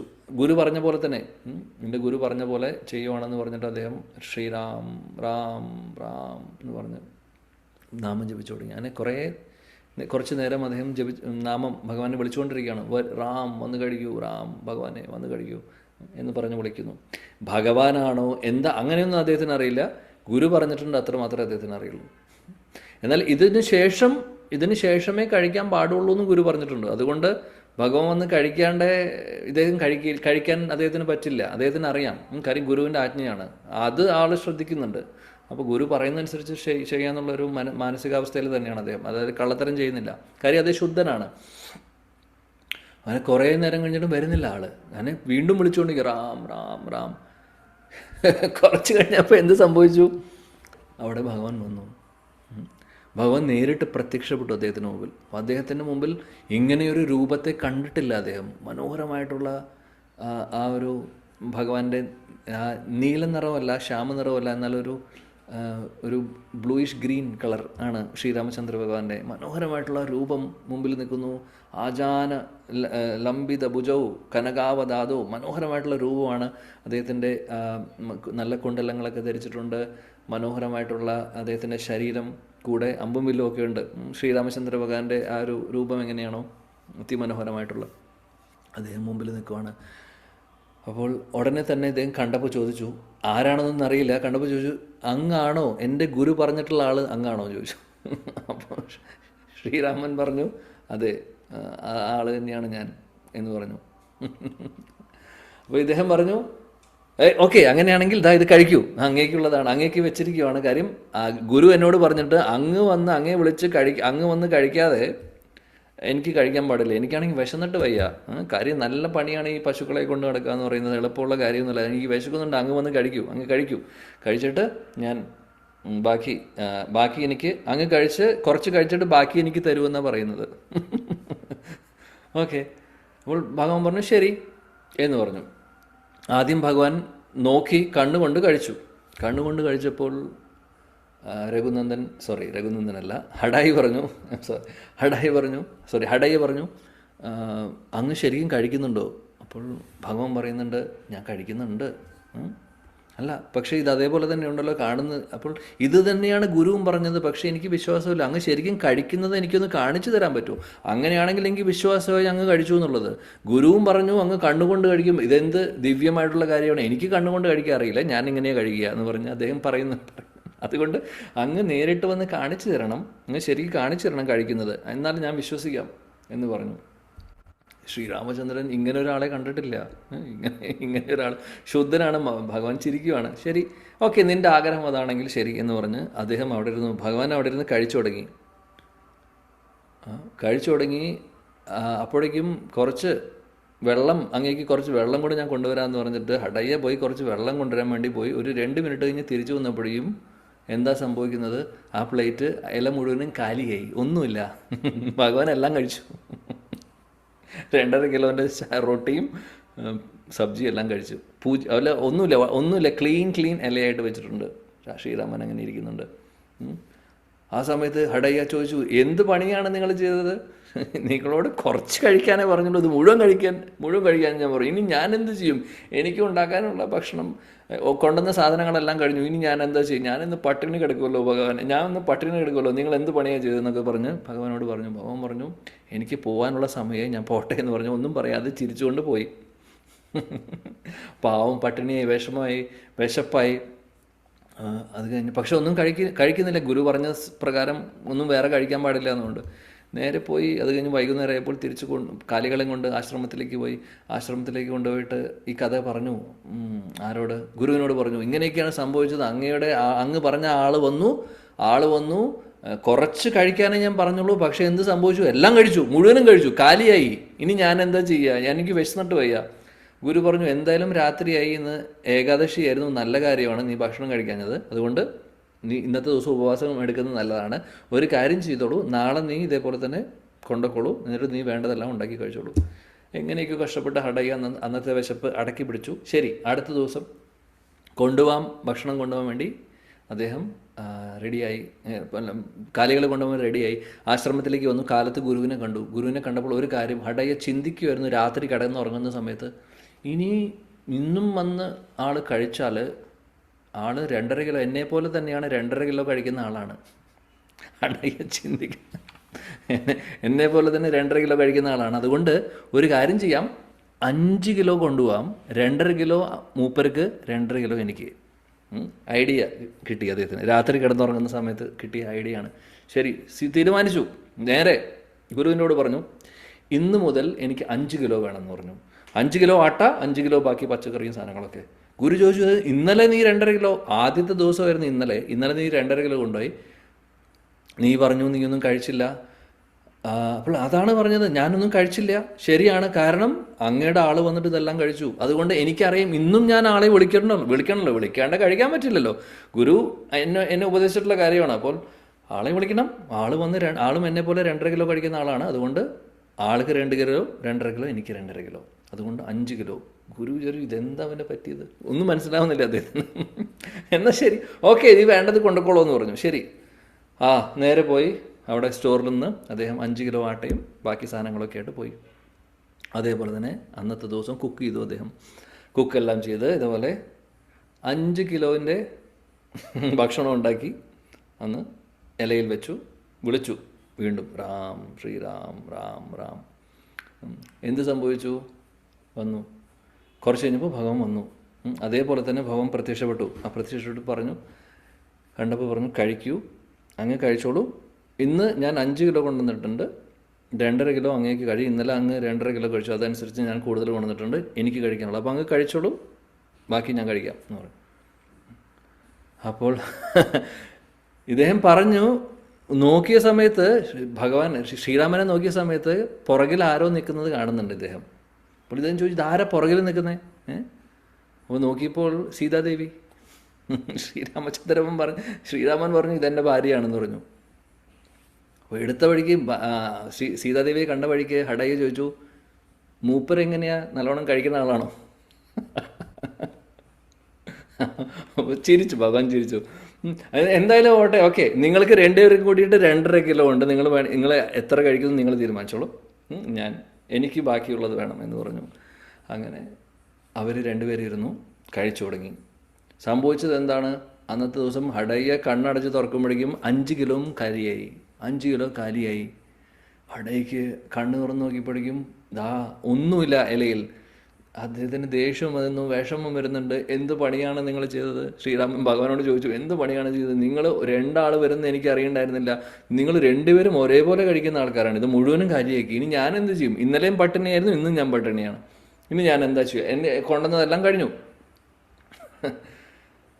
വിഷമമായി. അന്നത്തെ ദിവസം കരഞ്ഞുകൊണ്ട് പോയി. ഭഗവാൻ തിരിച്ചു പോയി. ഭഗവാൻ സീതാദേവിയും തിരിച്ചു പോയി.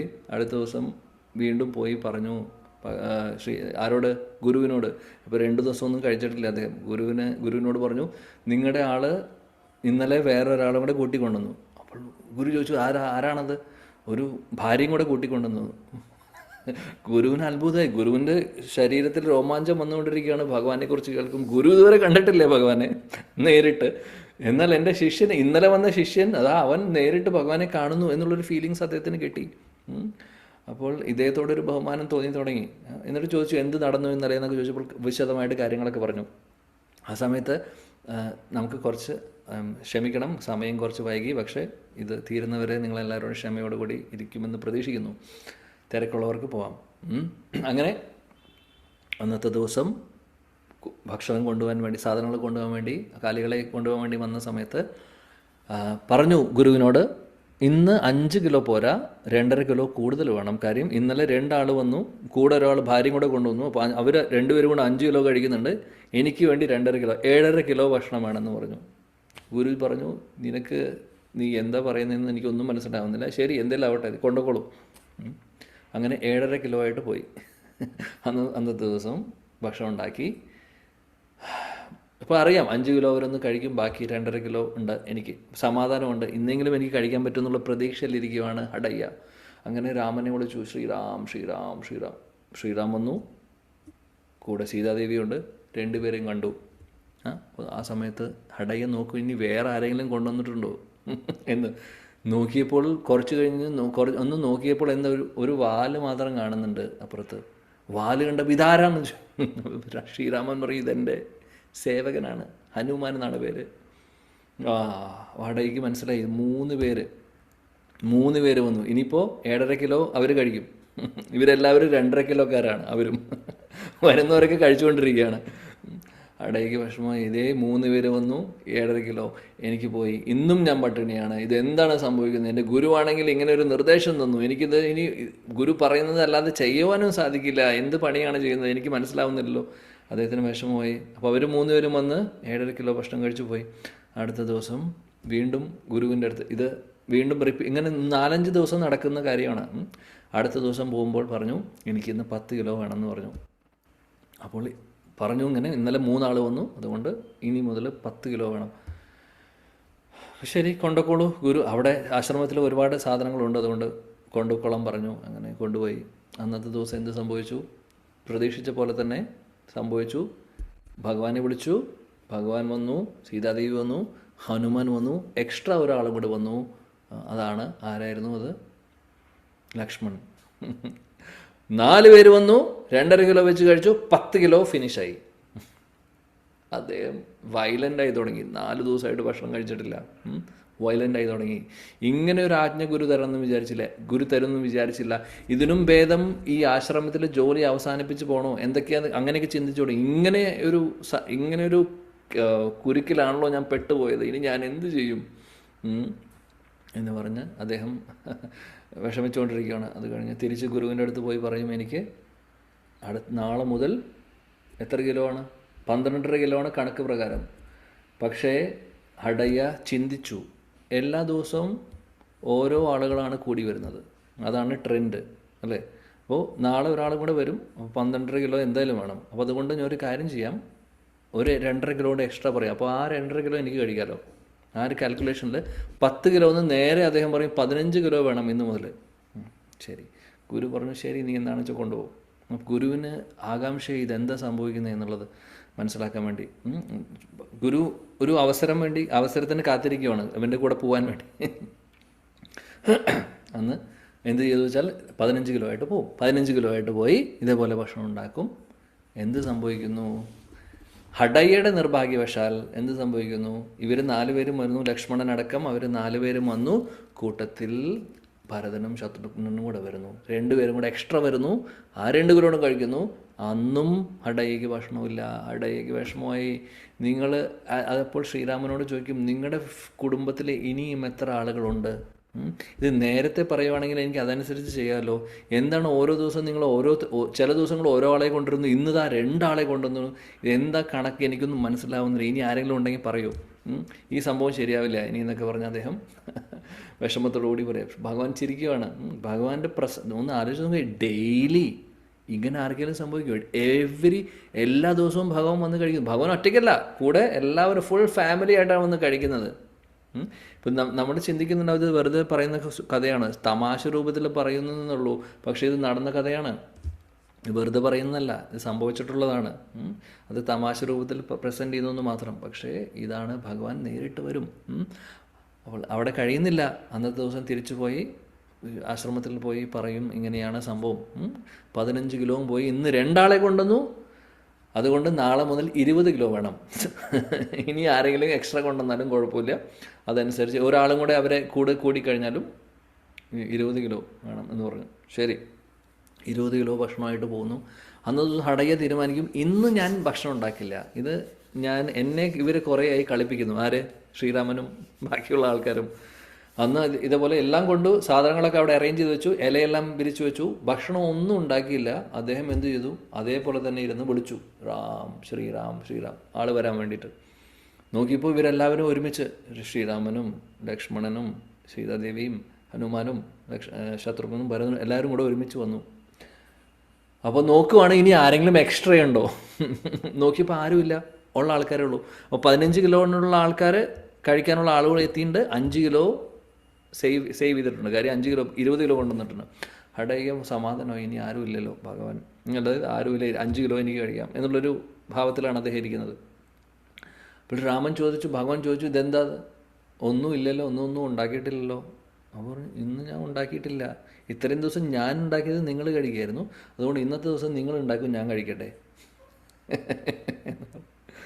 അപ്പോൾ ആദ്യം ഭഗവാൻ ചിരിച്ചുകൊണ്ട് പറഞ്ഞു. അപ്പോൾ ഉടനെ തന്നെ അന്നത്തെ ദിവസം വരുന്നതിന് മുമ്പ് ആശ്രമത്തിലിരിക്കുന്ന സമയത്ത് ഗുരു പറഞ്ഞിട്ടുണ്ടായിരുന്നു, ഇന്ന് ഞാൻ നിൻ്റെ കൂടെ വരും, നീ പൊക്കോളൂ, ഞാൻ പിന്നെ വരാം, എനിക്ക് നീ പറയുന്നത് എന്തൊക്കെയാണെന്ന് മനസ്സിലാവുന്നില്ല, ഓരോ ദിവസം 5 കിലോ വെച്ച് കൂട്ടി കൊണ്ടുപോവാണ്, ഇവിടെയുള്ള ഭണ്ഡാരമുള്ള സാധനങ്ങൾ നീയാണ് എടുത്തു കൊണ്ടുവന്നത്, ഇവിടെ ഞങ്ങൾക്ക് 2 മാസം 3 മാസം കഴിക്കാനുള്ളത് നീ ഒരു ദിവസം എടുത്തു കൊണ്ടുപോകണം, ഇത് എന്താ സംഭവം എന്നറിയാൻ വേണ്ടി ഗുരുവിൻ്റെ ഉള്ളിലുണ്ടായിരുന്നത് എന്താണ് ശരിക്കും. കാര്യം ഭഗവാൻ വരുന്നതും ഈ പറയുന്ന ആളുകളെക്കുറിച്ചുള്ള ഡിസ്ക്രിപ്ഷൻ കൊടുക്കുന്നുണ്ട് ഹടയ്ക്ക് ഇതൊന്നും അറിയില്ല എന്നറിയാം.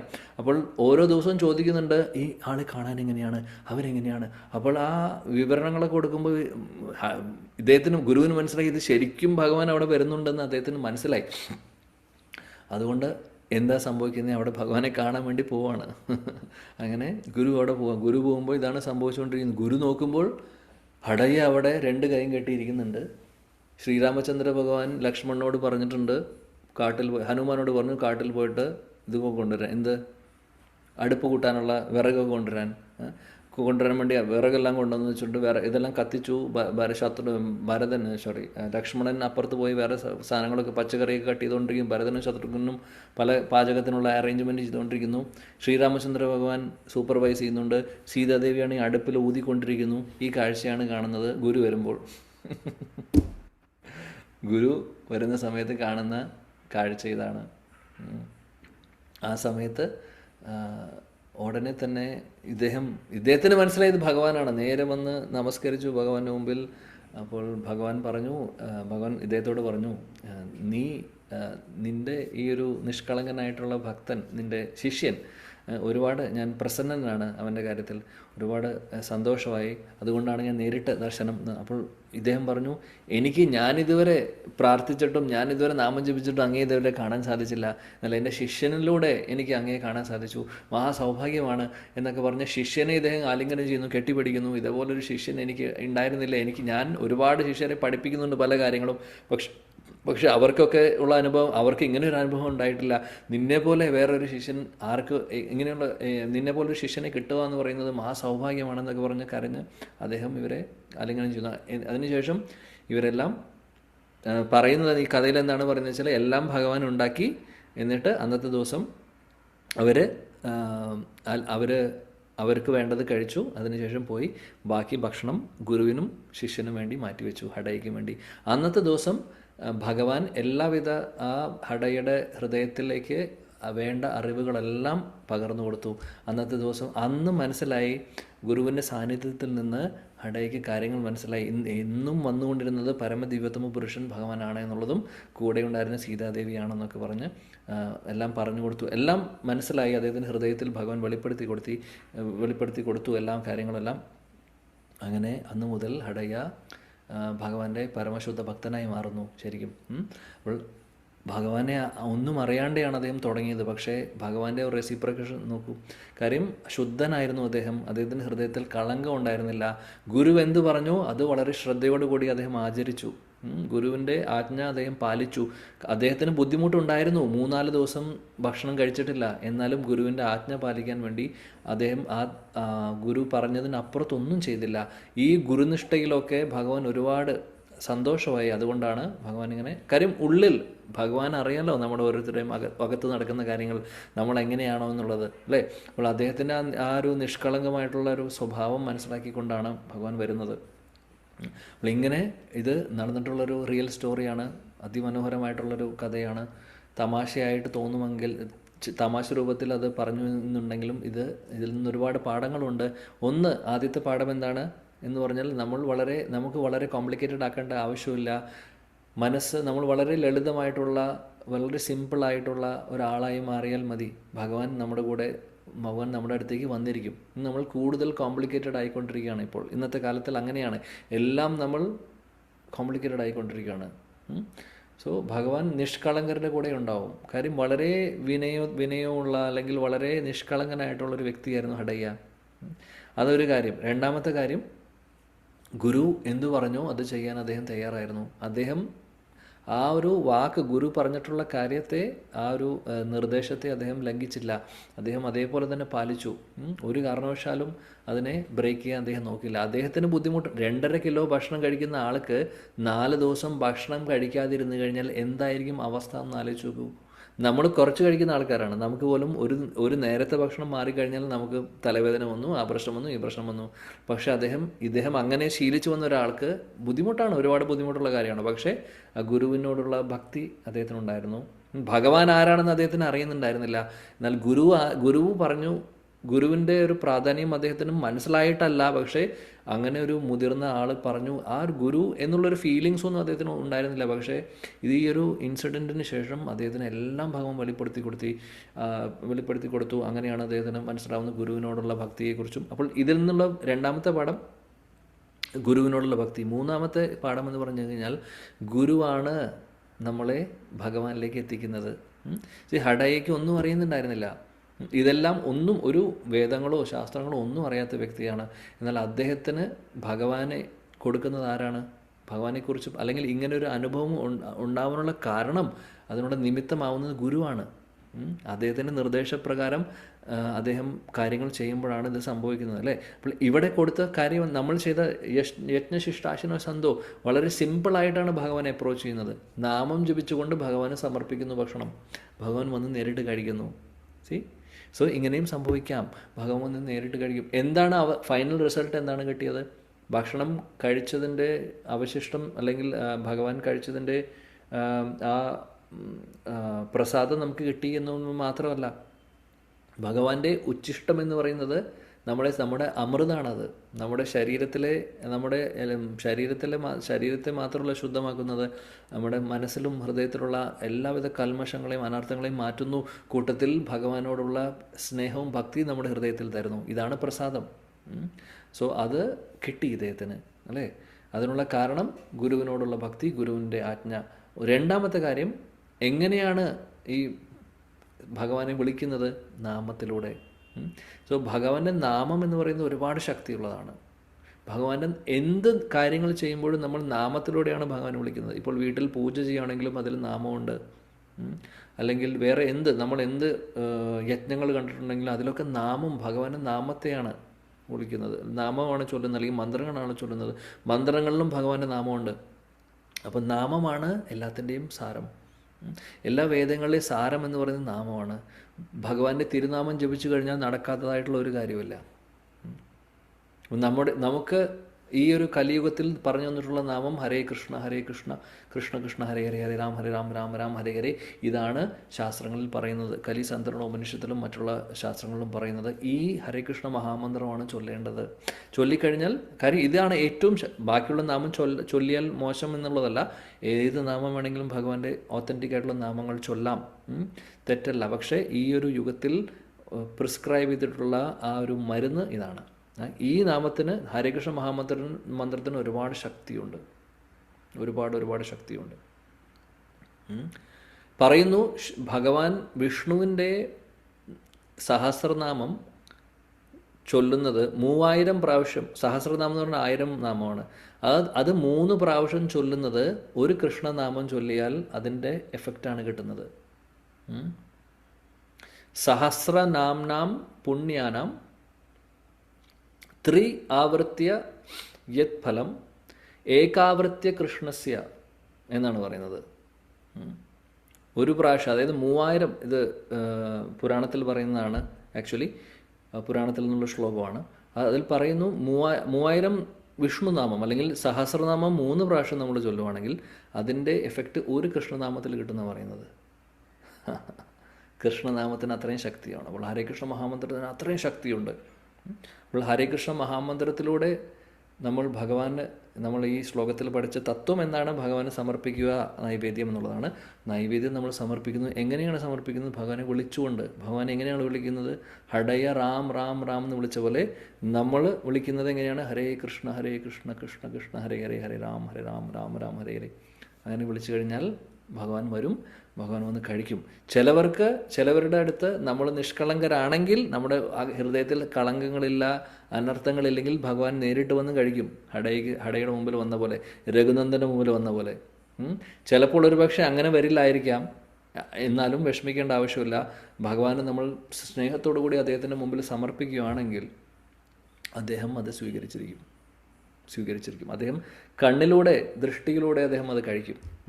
അതുകൊണ്ട് ആ സമർപ്പിക്കുന്ന ഭാവമാണ് വേണ്ടത്. സ്നേഹത്തോടു കൂടിയിട്ട് നമ്മൾ സമർപ്പിക്കുക ഭഗവാന്.